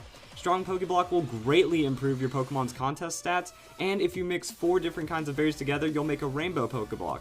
Now, from my testing, it seems that like Rainbow Pokeblocks do the same as a regular Pokeblock. Like, there isn't any reduction for having multiple stats boosted by the Pokeblock, and it doesn't seem like there's a limit to the amount of Pokeblocks any Pokemon can have. So I strongly recommend that all you need to do is just keep mixing 4 different berries of a strong type together and just make Rainbow Pokeblocks to max out all of your Pokemon's stats. And it's pretty, like, there's really no drawback to it whatsoever.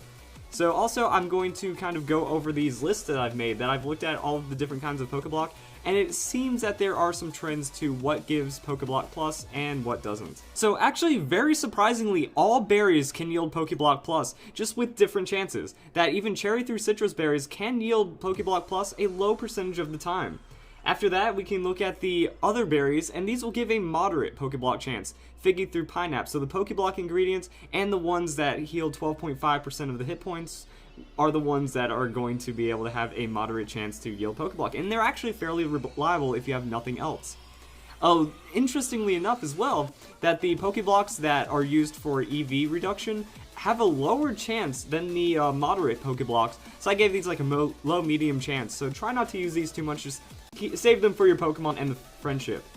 I also noticed that if you have the Corn, Magust, Rabuta, or Nomelberry, these have a higher chance, but not quite perfect at making Pokeblock Pluses. Then we have the crazy berries that reduce super effective hits, as well as some of the other exclusive berries from X and Y, and the overall stat boosting berries. These will always yield a Pokeblock Plus when used together.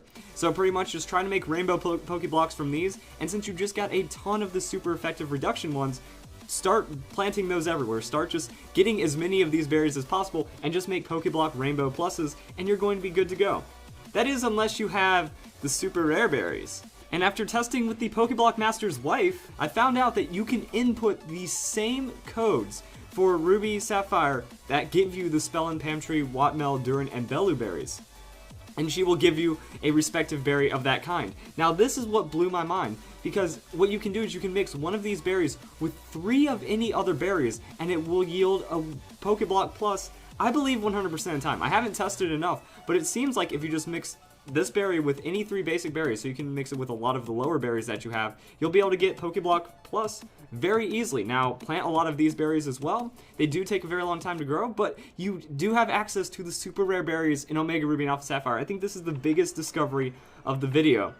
After that, you know, just make rainbow Pokeblocks, go and experiment for yourself to see what works. There's like a lot of weird combinations that can and cannot yield Pokeblock Plus. Welcome back, Wolfpack Verlis here, and this is how you get the battle berries in Omega Ruby and Alpha Sapphire. These are the berries that activate when you're at a quarter health or less and give you an effect boost, like boosting your speed, attack, or defense, or any stat like that. So, the straightforward answer is that if you have secret pals in your secret base and they have the gather berries option, there's a small chance they might find one of these berries for you. Now, if you want to just have these berries on demand, looks like we have to go back to X and Y and do some mutations. I tried to do some mutations back in Omega Ruby and Alpha Sapphire, and it just doesn't seem possible. So let's go to X and Y. You need to go to Camphor Town, go to the berry fields, and first off, if you really want to speed things up, make some surprise mulch. This is going to increase the chance of mutations, but it's not going to make it happen all of the time. To make surprise mulch, you just need to put 3 berries of the same color or just the 3 same berries into the composter.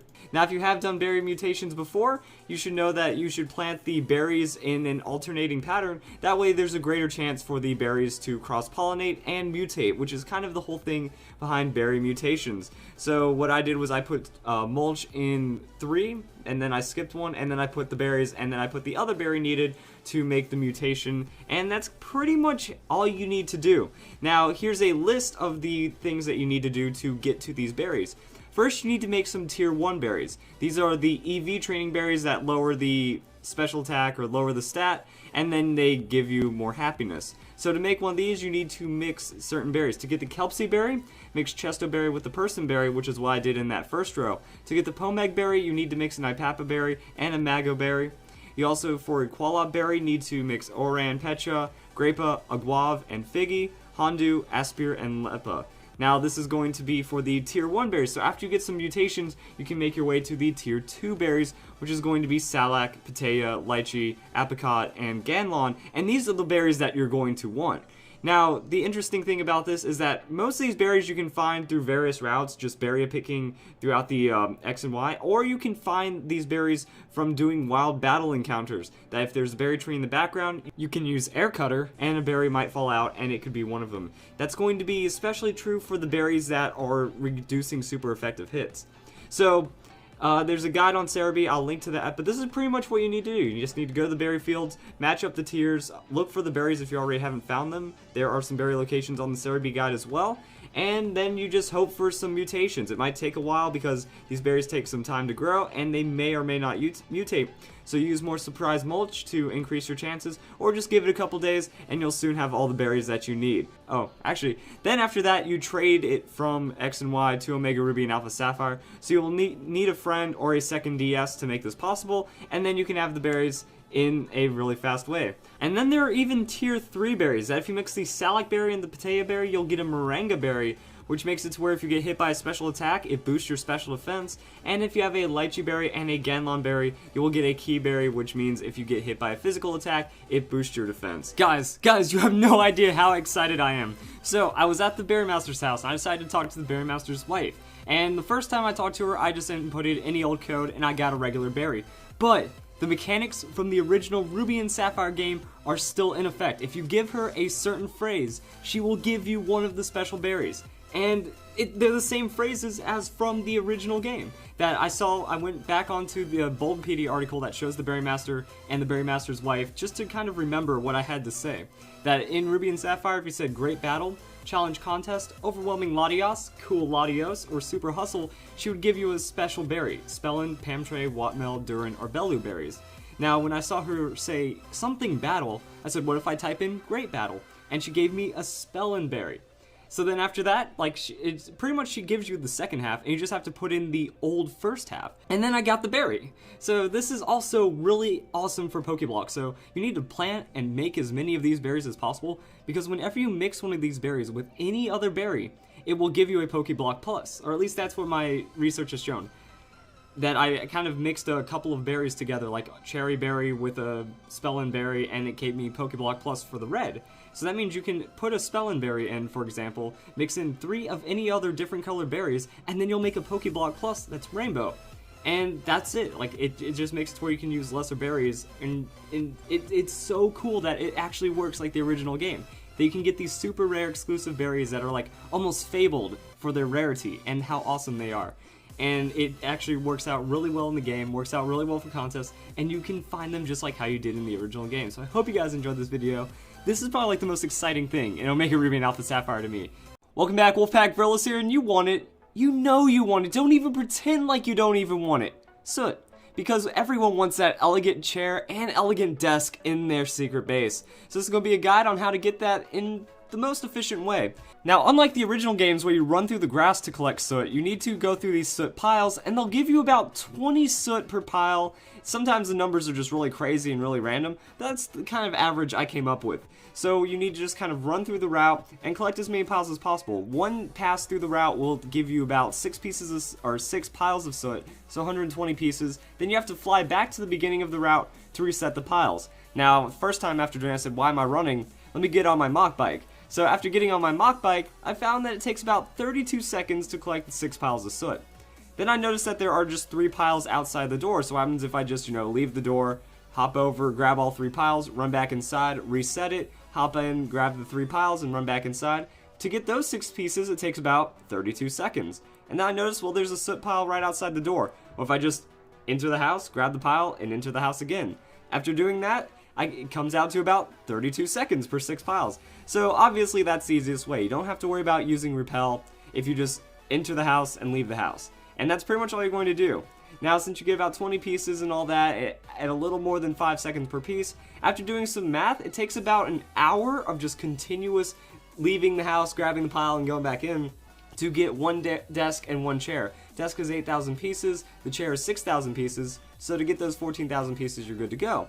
Now, also, if you want more chairs or more tables, but that's kind of roughly how it breaks down, and that's really all there is to this guide. That I kind of ran through, did the numbers, tried to find some alternate methods, but really the simplest one is the easiest in this. So give it about an hour, just grind mindlessly, and then you'll have a table and a chair for all that, and it's much easier than the original game. I remember using super repels and just grinding for hours and spending tons of money. Welcome back, Wolfpack, Verilus here, and this is your guide to synchronized Pokemon. Synchronized Pokemon are awesome because if that Pokemon is in the lead slot of your party and you encounter a wild Pokemon, there's a 50% chance that the Pokemon that has synchronized, its nature will be put onto the opposing wild Pokemon. This is really awesome for breeding. That what it means is that you can go out, find a wild Pokemon that you want to breed, have it have the right nature by having the right synchronized Pokemon, and then you're just good to go from there. Now, you also might be wondering, well, what's the payoff here? We'll talk about that shortly. First off, you're going to need a synchronized Pokemon. Head over to Route 102 and go and catch yourself a Ralts. Now, Ralts has a very low chance, I believe 5% chance of appearing, so unless you bring one from X and Y, you get one on the Wonder Trade, you're going to have to encounter and catch it first. After that, you can use the Dex Nav, search for it, and the cool thing about the Dex Nav is you'll be able to see its nature before you encounter it, so you already know if you want to catch it or just knock it out and then continue your search. So if you continue your search, then you can just kind of get a ton of synchronized Ralts. So once you catch a ton of those, you can go to your box, and then you don't need to have every single nature for Pokemon. Now if you think about it from a competitive aspect, you're really just going to need some of the main ones. Timid, Jolly, Modest, Adamant, and a couple of defensive ones like Impish, Bold, Careful, and Calm. And that's pretty much all the natures that you're going to need, so you don't necessarily need all of them. Also, the reason why this is good is because it works for multiple Pokemon. That if you have, say, a Jolly Ralts, that means you can catch multiple Pokemon that you need to breed for Jolly from just having that one Ralts that you caught that one time. You can also kind of do this for Ditto, that if you want to get the right Ditto and you already have a synchronized Abra, Ralts, any kind of synchronized Pokemon you already have, you might just want to go through your boxes and then you can use it to help with Ditto, which means that now you can breed that Ditto with any kind of Pokemon that you want and at least save some time overall. So that's one of the cool things. There are a couple things that I learned about this though. Stationary Pokemon do work with this method, so it is really good for catching the Regis, Rayquaza, as well as the storyline legendary Pokemon. This is also useful for other legendary Pokemon like Mesprit and Ho-Oh, Lugia, all the Pokemon like that. So it's actually very useful to use Synchronize to get a legendary Pokemon. Also, Pokemon in the No Eggs group have at least 3 maxed IVs, so this is how you get a pretty much competitive Pokemon by having a good chance on the right nature and a good chance for the IVs, only needing a couple of soft resets to get an excellent legendary. So if you want to have a legendary to use in battle, Synchronize is an absolute must. Also, Pokemon caught through the Dex Nav. I had a careful Ralts. I was going through Pelborg Woods trying to catch me a careful Phantump, and after 10 catches, none of them were careful. So that really busts out the 50% chance, which means it looks like Synchronize doesn't work with those Pokemon. Also, Synchronize does work with gift Pokemon, such as your Castform, your Cosplay Pikachu, and Latios and Latios. These Pokemon are considered gifts, and you can use the Synchronize to get that ability on them 100% of the time. So that's why I figured out about Synchronized Pokemon. Very helpful. After a little bit of grinding, you can really just use these Pokemon forever, that you transform into newer games. Like if you're doing this in X and Y, you can bring them over, and then it's just a really useful thing to know, that if you have synchronized Pokemon already, or you just want to dedicate an hour and catch a ton of synchronized Pokemon to use for breeding and training later, it'll work out. So welcome back, Wolfpack Verlis here, and this is a guide to finding items off of wild Pokemon in Omega Ruby and Alpha Sapphire. So first off, for starters, you're going to need to fly to Route 116 and get yourself a Nincada. Nincada is a Pokemon that has compound eyes. Any Pokemon that has compound eyes works with this, but if you don't have one, this is where you can catch one really quickly. Compound eyes, it increases the chance of finding an items on wild Pokemon, and it also makes the rarer items a bit more common, so it's very useful. After that, fly to Mount Pyre and get a Pokemon with Frisk. Shuppet is here, it can evolve to Bayonet and be a really good Pokemon to have Frisk with. So, once you have your Pokemon with Frisk, make sure it also has Thief. Frisk checks if the opponent has an item, and it tells you which item it has, and then Thief will steal it away. So after that, you're going to want to level up these Pokemon, and then get ready to use them in the wild. And there are a couple of things to mention before we begin. So first off, the Compound Eyes Pokemon needs to be first in your party. It can be fainted, however. That way, you know, you're just getting the Compound Eyes boost, and then the second Pokemon in your party is going to be your Thief Frisk Pokemon. That way, you just bypass the fainted Pokemon, you start with your Frisk Pokemon, you use Thief, you get your item, and then after the battle, make sure you take that item off. That way, you can use Thief on the next round. You also might want to buy some Super Repels and make sure that the Compound Eyes Pokemon that is fainted is a higher level than all of the Pokemon that are in the area. If you have a low level Pokemon that's fainted in the first slot, Super Repel won't do anything. So that's going to help with that. And the reason why you're going to want Repel is you can use the Dex Nav to search for the Pokemon that you're looking for to get their items. That way you're only finding that Pokemon and you're only getting the item that you want. Now, a cool thing about the Dex Nav is that some Pokemon will have items exclusive to the Dex Nav, and the Dex Nav will tell you the items before you encounter the Pokemon, so it just really makes it easy to work with. Now, first off, I'm just going to list off regular items, and then I'll list the Dex Nav exclusives. Now, the biggest one is going to be Love Disc. Love Disc is a Pokemon you can search with the Dex Nav. It'll tell you if that Love Disc has a heart scale or not, and then you can just go and pick it up. Love Disc will be found pretty much in Evergrande City. That fly there, go around the waterfall area, and you'll find yourself a lot of Love Disc. After that, you can also find Everstones with a 5% chance off of Geodude. Geodude, you can just go to Granite Cave, and then you can get some Everstones that way. On Route 110 or New Mauville is where you'll find Magnemite, and Metal Coat helps certain Pokemon evolve, like Scyther into Scizor. Zangoose for Omega Ruby can be found on Route 114, and has a 5% chance of having the Quick Claw. Lunatone and Solrock found in Meteor Falls, so Lunatone is going to be in Alpha Sapphire, Solrock is going to be in Omega Ruby. These Pokemon will have the Moonstone, and they will also have the Sunstone respectively. And then we also have Clamperl. Clamperl has a good chance of having a Pearl, or a 5% chance of having a Big Pearl. You can find Clamperl in pretty much many dive spots from routes 124, 126, 128, 129, and 130. And if you get really lucky, you can get a lot of Big Pearls and make a little bit of money while also searching for a Clamperl. Now, for the Dex Nav exclusives, there are some really cool things that you can get off of Pokemon with the Dex Nav.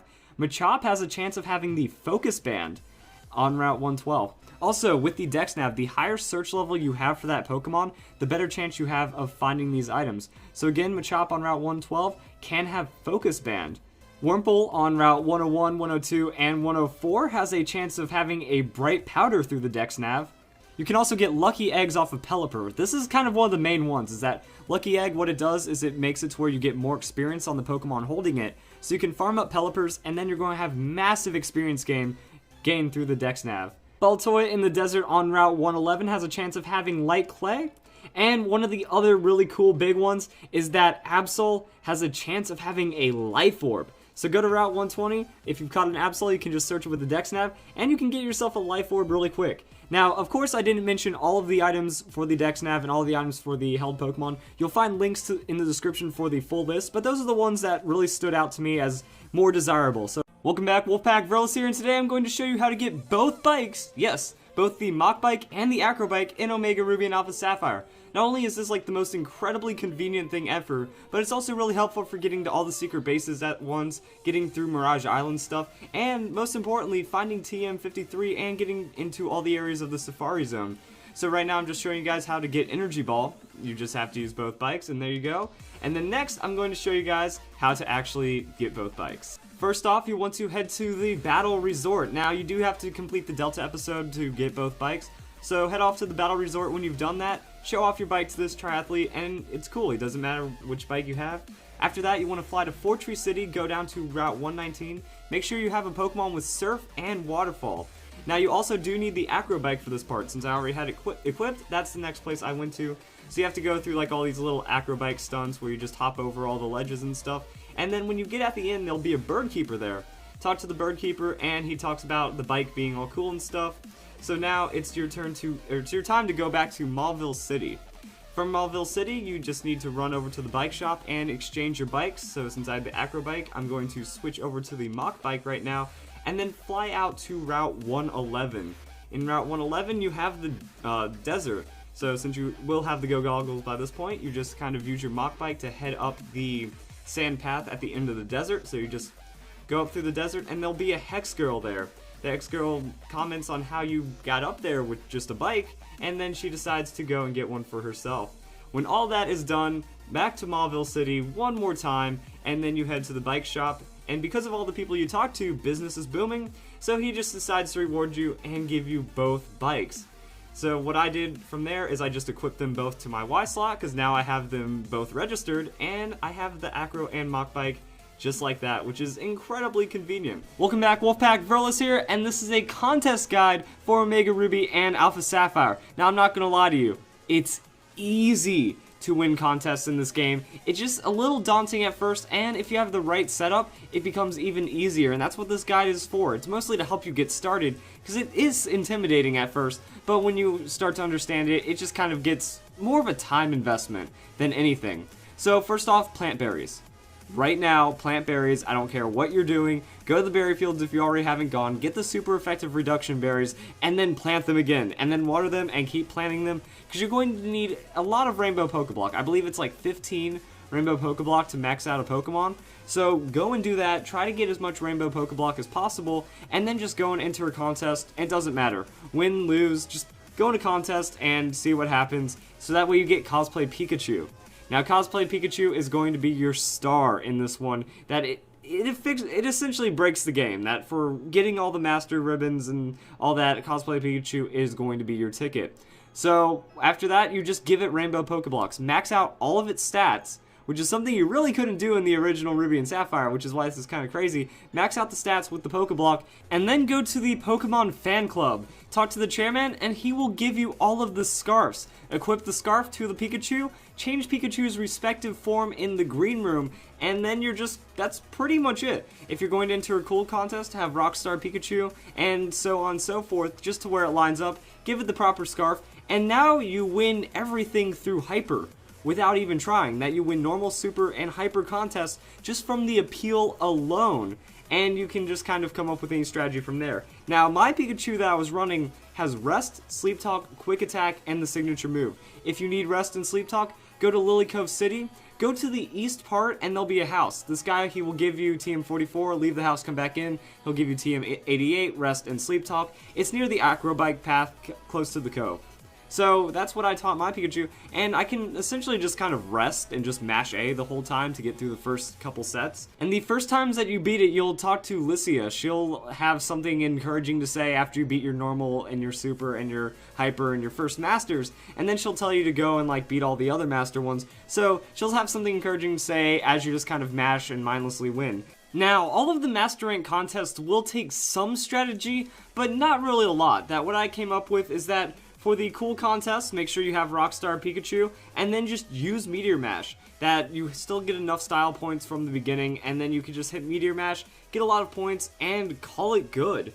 For the Q contest, make sure you have Popstar Pikachu, give it that pink scarf so that we get the most points out of your style, and then just Rest Talk. So that's why I like the Rest and Sleep Talk, that in the end you're going to be able to get points out of it. Rest keeps you safe from getting jammed, so you'll be alright in the end, and then you can just use Draining Kiss. Now, Draining Kiss is going to be awesome because it takes the score of the other people ahead of you and then adds about, I think, 75% of their points to yours. So if you're last in the turn, use Draining Kiss. If you're not, just try to go Rest and Sleep Talk and you'll get a lot of points and a lot of style. Cute is going to be the easiest for you because you're going to have 3 cute moves and a lot of things are going to give you extra points. With Beauty, Pikachu Bell is just going to kind of do the same thing. Just use Rest to stay safe, and then Icicle Spear whenever you're last, and if you can set up the combo, go Rest, Sleep Talk, because it gives you bonus points, and you're going to be able to win that Masters. Now, also, with Pikachu PhD, it's a little different, that you can go Eerie Impulse. Generally, you're going to start first because you scored so many points in the earlier round. Eerie Impulse gives you bonus points whenever you're first, and since it's a smart move, it just gives you tons. So go Eerie Impulse, Quick Attack, Eerie Impulse, Quick Attack, and then Rest to stay safe, or just Eerie Impulse again to stack as many points as possible, and that's going to give you enough points to win that Master round. And then Tough for Pikachu Libre, I just go the same thing and go Flying Press, Quick Attack, Flying Press, Quick Attack, Rest, and then you should win all of the Masters essentially on the first time. Now, it takes about 30 minutes to win a Masters, and that's 5, so it's going to take 2.5 to 3 hours of just mashing. That there's no skill, you just hit the button, it's mostly just turns and going through. I turn the battle style off. That I don't even have battle animations, and it still takes 30 minutes to get to Master because there's just so many steps involved. But that's kind of how it breaks down. Now, once you've beaten all the Masters, you're going to face Lycia in your next contest. So what I decided to do was I went for the Cute contest. Cute contest was where I did the best, and it's where I excel in. So what I ended up doing to win the Cute Masters against Lycia is that I just kind of waited. I did my Rest, and then if Draining Kiss, if I was last or even third, you kind of have to predict whenever the meter is going to fill up. That there's that star meter in the top left corner, that whenever you use a move that matches the contest that you're using. So if you use a cool move in a cool contest, it's going to add 1 to 2 stars depending on the move, and then when that fills up, you get bonus points. So if I predict someone's going to get bonus points, I just use Draining Kiss. I don't even have to max out the meter, but if someone else does, I end up scoring a lot of their points. And I ended up doing that off of Alicia's Altaria quite a bit. You can also Mega Evolve during, like if you max out and you have a Mega Pokemon, you get to Mega Evolve and score a ton of points. So I just take advantage of when she Mega Evolves, or if you don't want to use Pikachu and you have your own Mega Pokemon, that's just food for thought because if you get that filled meter, you Mega Evolve and you get a lot of points. Now, this is just kind of like a lot of things that are adding up, and hopefully I haven't lost you guys. I hope the visuals are good enough. That's kind of it. That it's really just understanding when to use Draining Kiss and when to Rest Talk and when to try to fill up the meter, and then you're just going to win Masters, you're going to beat Alicia, and then you're good to go from there. Now, some little notes on the side. Every time you win a contest, you'll have fans in the hallway. Talk to those fans. They give you cool things. After a hyper contest, you can get the Pamtray, Watmel, Spellin, and like all those rare berries. You can get them from some of the fans some of the time. And then you can also get some really rare and expensive items like the Comet Shard after beating a Masters contest. You can even get a Destiny Knot from talking with those fans. So there's a lot of good things up for grabs. I'll leave a link to the Cerebi article that has all of the items that you can get. There's some good stuff. So talk to your fans after the battles. And then other than that, you're pretty much good to go. Oh, also, you might notice that there's multiple contest halls throughout the region. Contest halls don't really affect anything. That you can go to a different contest hall and you can still like continue, let's say you beat normal in one, you can go to super in another contest hall and then go back to the other one and do hyper. So the contest halls don't really matter. I guess they're just there for style and different people. but you can complete this entire thing in one contest haul. So that's it. You'll get a cool secret base item, and then you'll have all of the master things complete, item access, and whatnot. So that's kind of the straightforward guide to just getting all the masters. It's mostly going to be off of the Pikachu. Now, if you don't want to win with Pikachu and you want to do some other things and complete the rest of the contest, say you want to get ribbons on one of your favorite Pokemon, that takes a little more skill, but hopefully from doing this with Pikachu, you'll understand a lot of the fundamentals and the mechanics of a contest. After that, you just need to make sure, max out all the stats on the Pokeblock with that new Pokemon, and then try to understand the moves and how the contests play out, and you should be good to go from there as long as you have enough moves that work with that style. Welcome back, Wolfpack Villas here, and this is going to be a guide for getting all the fossil Pokemon in Omega Ruby and Alpha Sapphire. So to begin, if you already haven't, just connect to the internet, and then go click on the TV part of your Pokénav. That you can click on the mailbox, and you'll receive some updates from some random street passes, and you can get some Mirage Islands. Now, fossil Pokemon can only be found on Mirage Islands, or Mirage Caves, or in Mirage areas, so it's good to have a lot of street passes, or Mirage access for the day, or whenever you randomly get to it. So I'll have a little list in the description of all the areas that have fossil Pokemon, but pretty much you're also going to need a Pokemon with Rock Smash. So once you get to that Pokemon with Rock Smash and you get to the appropriate area, I just went to the west of Rustboro where there is a Mirage Cave. You just go and Rock Smash rocks. You keep Rock Smashing. Whenever you clear it out, you leave the area, you come back, the rocks will reset, and you just keep Rock Smashing. Eventually you'll find fossils, and depending on which game you have, you'll find different fossils. So for the Dome Fossil, the Armor Fossil, and Plume Fossil, those are all going to be in Omega Ruby. For Alpha Sapphire, you'll find the Helix Fossil, the Skull Fossil, and the Cover Fossil, as well as the Old Amber in all of the games. Also, in the desert at Route 111, you can go in there and then you'll either find a Root Fossil or a Claw Fossil. Now, it's not game exclusive, so you'll get to pick one, and then the other one fades into the desert forever. After that, head to Rustboro City, go to the Devon Corp. On the second floor, there'll be this scientist dude that will take your fossil and restore them into a Pokemon. And that's all there is to it. Welcome back, Wolfpack Villas here. This is going to be a guide to location-based evolution, and let's just start off with Magnezone and Probopass. So what you need to do is first talk to Watson. He'll be in Mauville Square, and he'll give you access to the Mauville apartments. Go see him in his apartment, and he'll let you into New Mauville. All you have to do is leave the city to the south, go down some more, surf around, and go to this abandoned looking building. Inside will be the foundation for New Mauville. If you level up Nosepass or Magneton around here, it will evolve into Probopass or Magnezone if you really need those Pokemon. After that, we can head to Petalburg Woods or Route 104. As long as you make it to the north part where the exit is, go to the right, there'll be a tree that you can cut down. Go along the path until you go to the corner, and there'll be a mossy rock. This is how you get Leafeon. Level up Eevee in the area, and Leafeon will be yours. To get Glaceon, all you have to do is go to Shoal Cave between 3 and 9 in the morning or 3 and 9 in the afternoon. It will be low tide. Equip your Mach Bike and then head over to the basement floor 3 where it's all icy. You can pretty much evolve Eevee anywhere in this. You don't have to go through the whole ice path. And then all you have to do is level it up. I used a rare candy, and you can have Glaceon. So that's all there is to it. Welcome back, Wolfpack Villas here. This is going to be your Omega Ruby and Alpha Sapphire team building guide for competitive Pokemon play. Now, my hope is that this guide makes you better. It makes you understand a little more about Pokemon team building, a little more about the game, and then you can just go out and hopefully win some more with this. So this guide is going to be for singles. I'll be doing a double battle at some point, but this is mostly coming in with a singles mentality. So hope you guys enjoy it. First off, I do want to say that why listen to me? What is this guy talking about, and why should I think his opinion is valid?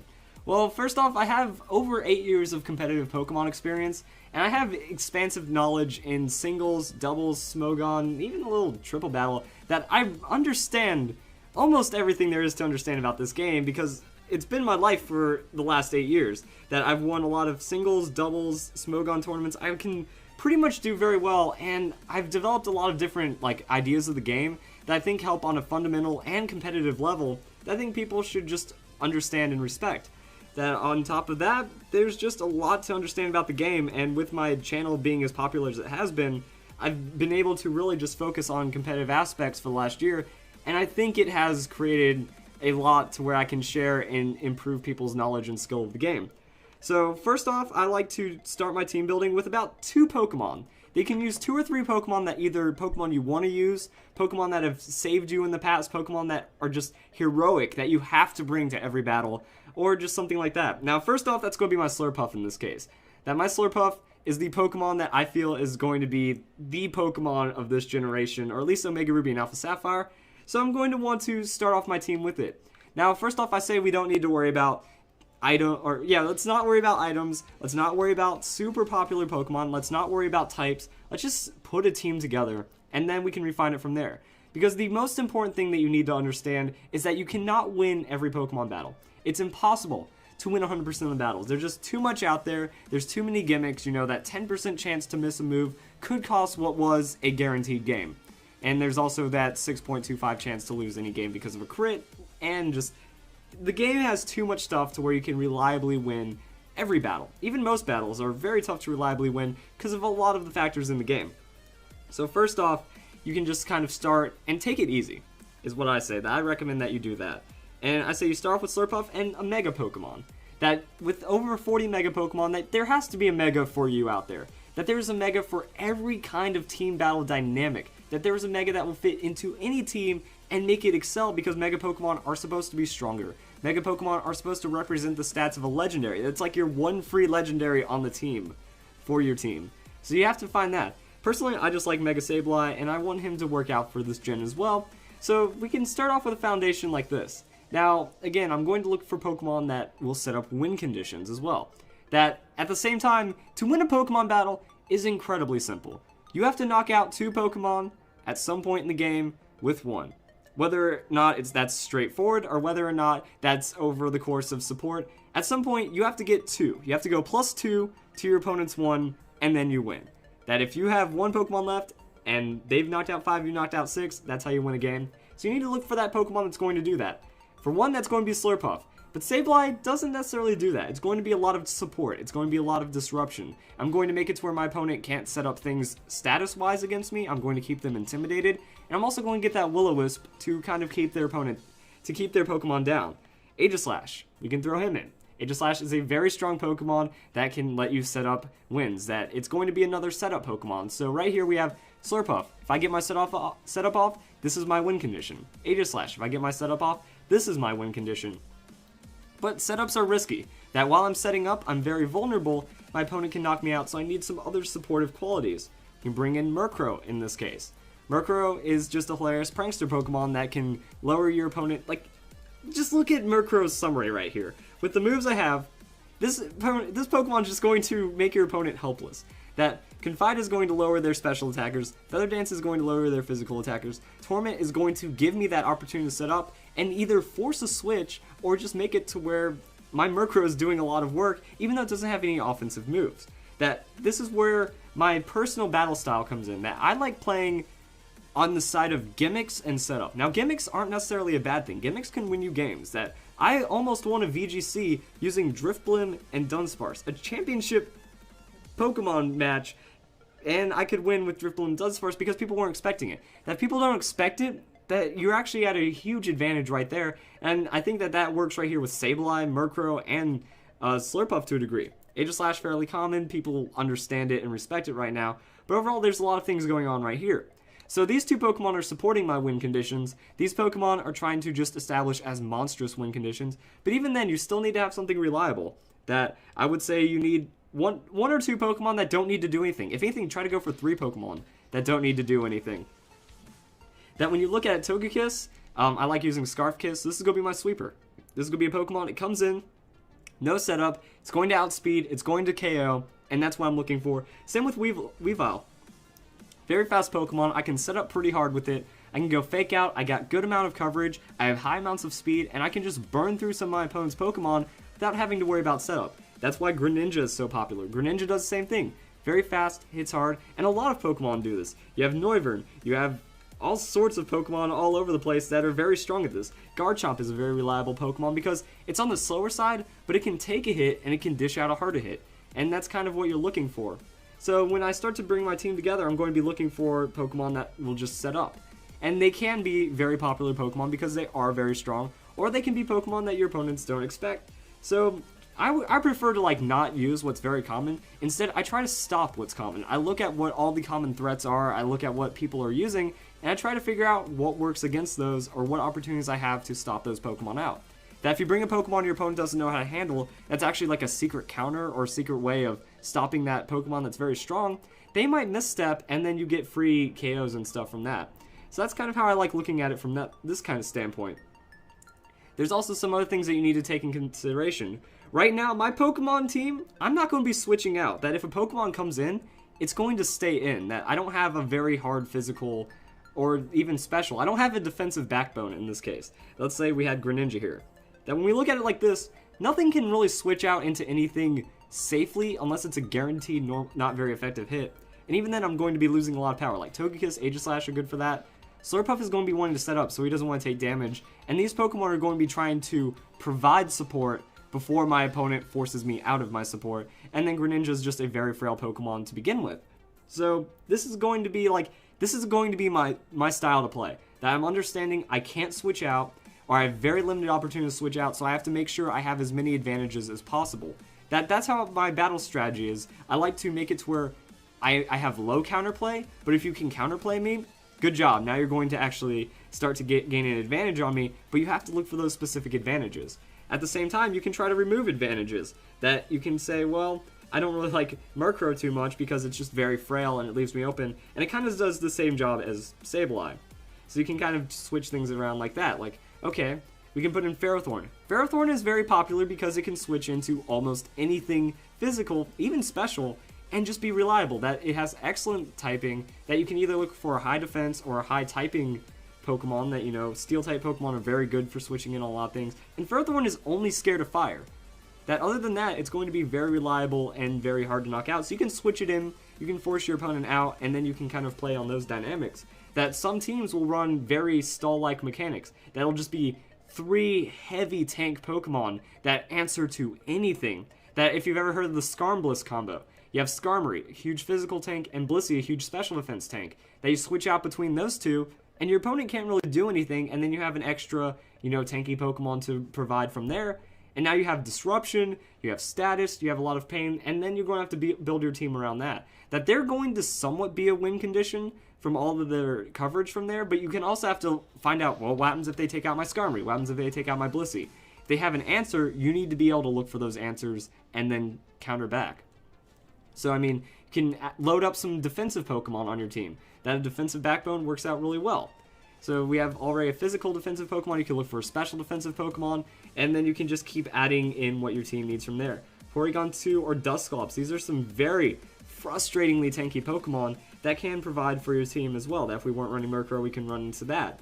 Now we can also go back into a Mega, that now that we have more tanky, disruptive Pokemon, we can go for a more physically driven Mega like Blaziken, Kangaskhan, Salamence. You know, if you want to run those Pokemon, you can. They're very common. They're generally frowned upon, but you can also try to look for other Pokemon that people won't expect. Blastoise. Blastoise can take a hit really well, and it has excellent coverage that can provide for your team. That when you look at it, it's going to be a 3-hit KO Pokemon, and when it Mega Evolves, it gains enough strength to where any of these can super effective 1-hit KO to a lot of Pokemon, and you just have a lot of neutral 2-hit KOs. So you can bring in Blastoise as like your hidden Pokemon to support. That, you know, once you have all this coverage, then you can start looking at typing. That you can kind of look like, okay, what's my Pokemon weak against? Well, when you have Porygon fighting, when you have Slurpuff, you have like Poison, you have Steel type attacks. Well, Ferrothorn resists that well, and these two Pokemon cover for these two really well. Then when this Pokemon switches out Fire into Blastoise is going to be a very good option. Then Togekiss is just going to be a Pokemon you can just kind of have as your average thing. And this team's going to be very strong on paper. That I don't look at it for if I lose a Pokemon, I'm worried. I look at it if I lose a Pokemon, I'm going to try to re-establish win condition. That this side is my win condition, this side is my, you know, momentum. That as long as Porygon's on the field, it can be doing some work. Ferrothorn's always going to have some kind of viability, and then Blastoise is going to cover for those Pokemon, and then also just have a good amount of damage, as well as a very reliable KO, if not a little extra. And then these Pokemon are my risky moves. That, you know, if Slurpuff goes down, it could be a really easy Pokemon to knock out, but at the same time, if it gets set up, it can go 6-0. Same with Aegislash. That while it's setting up, it's vulnerable, but it can go 6-0. Togekiss, this is my +2 Pokemon right here. Pokemon like Frostlass can also be very strong. Pokemon like Gengar, Pokemon with Destiny Bond, can score a KO, you can throw out the Destiny Bond, there's your 2-for-1 right there. And then you can also look into like Focus Sash Pokemon. Focus Sash Pokemon, they're going to also try to look for those 2-for-1s, which is why Spikes, Stealth Rocks, Entry Hazards are common. If you do have a Pokemon, like let's say we threw in Frostlass, well then we're going to need a Pokemon with Rapid Spin, Defog to remove those threats, and our team dynamic changes while still being fairly strong. So like now, if I want to bring in my Frostlass or my Pokemon that has that choice item, or not choice item, focus item, it's going to have to, I'm going to have to go into Table Soar, which is the name of my Avalugg because I lost its name. I have to go into Avalugg, Rapid Spin those threats away. Now when Avalugg can set up, it can do its own thing, it can provide support, it can maybe score a KO, or it can do something. Then when Avalugg faints, because I'm not looking to switch out too much, I can go into my Frostlass. Frostlass now gets that Focus Sash advantage, and it's either going to be, you know, speed that I take a hit, or I can throw out a hit, take a hit, Focus Sash procs, throw out a hit, KO, and then get damage, which is my 1+, or I can just go KO, Destiny Bond, 2-for-1. It doesn't even have to be Frostlass or a Pokemon with Destiny Bond. That Greninja works really well with the Focus Sash, because it has speed, it has damage. That if it doesn't find that coverage, it 2-hit KOs Pokemon. Then if it finds the coverage, it's a 1-hit KO. It can also be good against Pokemon that have set up. If Pokemon like Salins choose Dragon Dance, well, you're going to hit me, my Focus Sash procs, I get a free Ice Beam, I KO your Mega Pokemon, I KO your win condition for just having a Focus Sash. So while you do need to like dedicate an extra slot to making sure that entry hazards aren't going to be a problem, Focus Sash, very strong item as well, and just a lot of team dynamics that can come through as well. So as you can see, we've changed this team a couple times, and now it's just time to battle. Go out, play, see what works. You might find out, oh, Porygon 2 doesn't really work with this team, doesn't really work with the meta. Sometimes Pokemon are just not viable, and other times they can be. So you have to like look at what can work from there. Okay, Porygon 2 didn't work. Maybe we'll have Blissey. Well, Eviolite Chansey would be a little better of an option at this point. But I mean, we can look at other Pokemon. We can kind of change Pokemon around. Like, oh, I have too many sweepers and I'm very frail. Let's add a tank. Oh, I have too many tanks. Let's add a sweeper. Let's add a Pokemon that's not going to try to set up. And then we can kind of build our team. That's why it's okay to lose. Go out and lose. I'm actually encouraging losing because then you find out what your team is weak against. Oh, this Pokemon didn't do anything. This Pokemon stomps me out every time. Look for those counters. Look for the Pokemon that can stop it. And then just kind of come in and be very strong from there. And eventually, you'll round out your team to where you start building it around. You'll start putting Pokemon in and out. And then you'll realize, oh, I have an excellent team right now. And this is going to be very strong to play with. So I hope you guys enjoyed this video. You know, just take a lot of these things to heart. That I'm saying you don't be afraid of losing, guys. It's impossible to win every game. It's impossible to win a majority of games because there's so much out there right now. That also you have to establish those win conditions, and you just have to understand you can play what you want and still do very well. That there's a lot of strength in a lot of Pokemon that people don't expect, and that can be its strength right there. So I hope you guys enjoyed this video. Hope you guys learned something. Get ready for a lot more guides. That across my channel, I have individual Pokemon guides. I have extra team building guides. I plan on making many more guides. And this is just a singles team building. So I hope you guys enjoyed the video. Like, I'm going through our doubles hopefully next week. And I hope you all have a nice day.